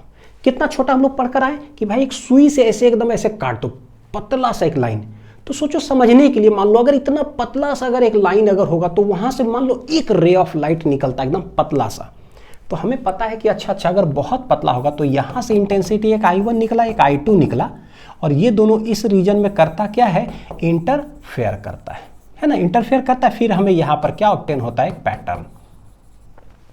पैटर्न ऑब्टेन होता है, एक पैटर्न। और कैसा पैटर्न होता है, सेंटर पे ब्राइट ऐसे ऐसे कर करके एक ऑब्टेन हुआ। कब, जब I1 I2 इंटरफेयर किया तो बहुत पतला लिए है ऐसा।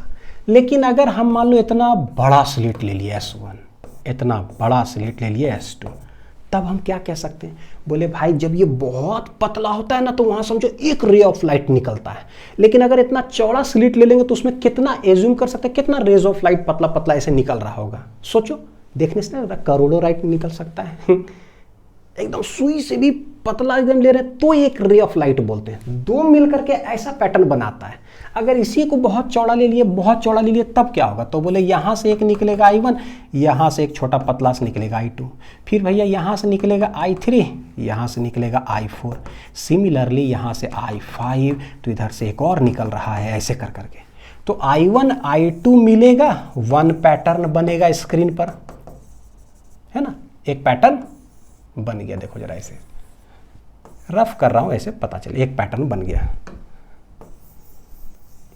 ऐसा करके। ठीक है, अब I3 एक और रे ऑफ लाइट, एक और रे ऑफ लाइट, तो भैया I3 और क्या होगा, I3 और I4 निकलेगा तो एक और पैटर्न बनेगा, वन मोर पैटर्न। क्या बनेगा, वन मोर पैटर्न। तो ये अपना एक यहां से ऐसा कुछ ऐसा ऐसा कर करके ये बनाएगा। सोचो होगा क्या, ऐसे कितने रेज ऑफ लाइट यहाँ और यहाँ से निकल रहे भैया, करोड़ों निकलेगा।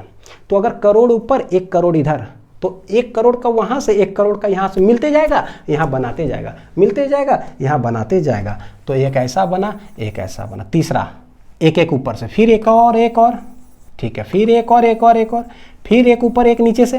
हो क्या रहा है यहाँ पर, overlapping of pattern take place, overlapping of pattern take place, overlapping of pattern takes place.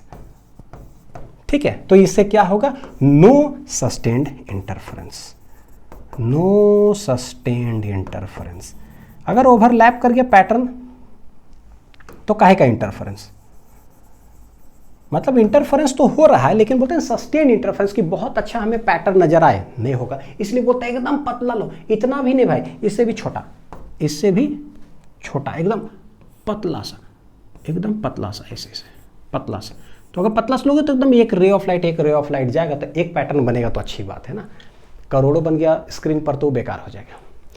तो यहाँ पर इस लेक्चर को करते हैं ख़त्म। तो ये यंग्स डबल स्लिट एक्सपेरिमेंट का लेक्चर जो था ये पार्ट 2 था। इसके बाद हम लोग पढ़ेंगे यंग्स डबल स्लिट एक्सपेरिमेंट पर ही बेस्ड सारे कॉन्सेप्ट्स, वो होगा पार्ट 3। ठीक है, तो उसमें नए नए कॉन्सेप्ट्स और लेकर हम लोग आएंगे कि क्या क्या है जो फ्रीक्वेंटली एग्जामिनेशन में ऑलरेडी पूछे गए हैं सवाल, वो सब हम लोग करेंगे। ठीक है, चलो मिलते हैं अगले लेक्चर में। तब तक अच्छे से प्रैक्टिस करते रहो और लेक्चर्स को बढ़िया से देखते रहो। रफ कॉपी में खूब लिखो जो जो चीज़ यहाँ पर बनाते हैं, जो भी क्वेश्चंस। ठीक है, चलो थैंक यू।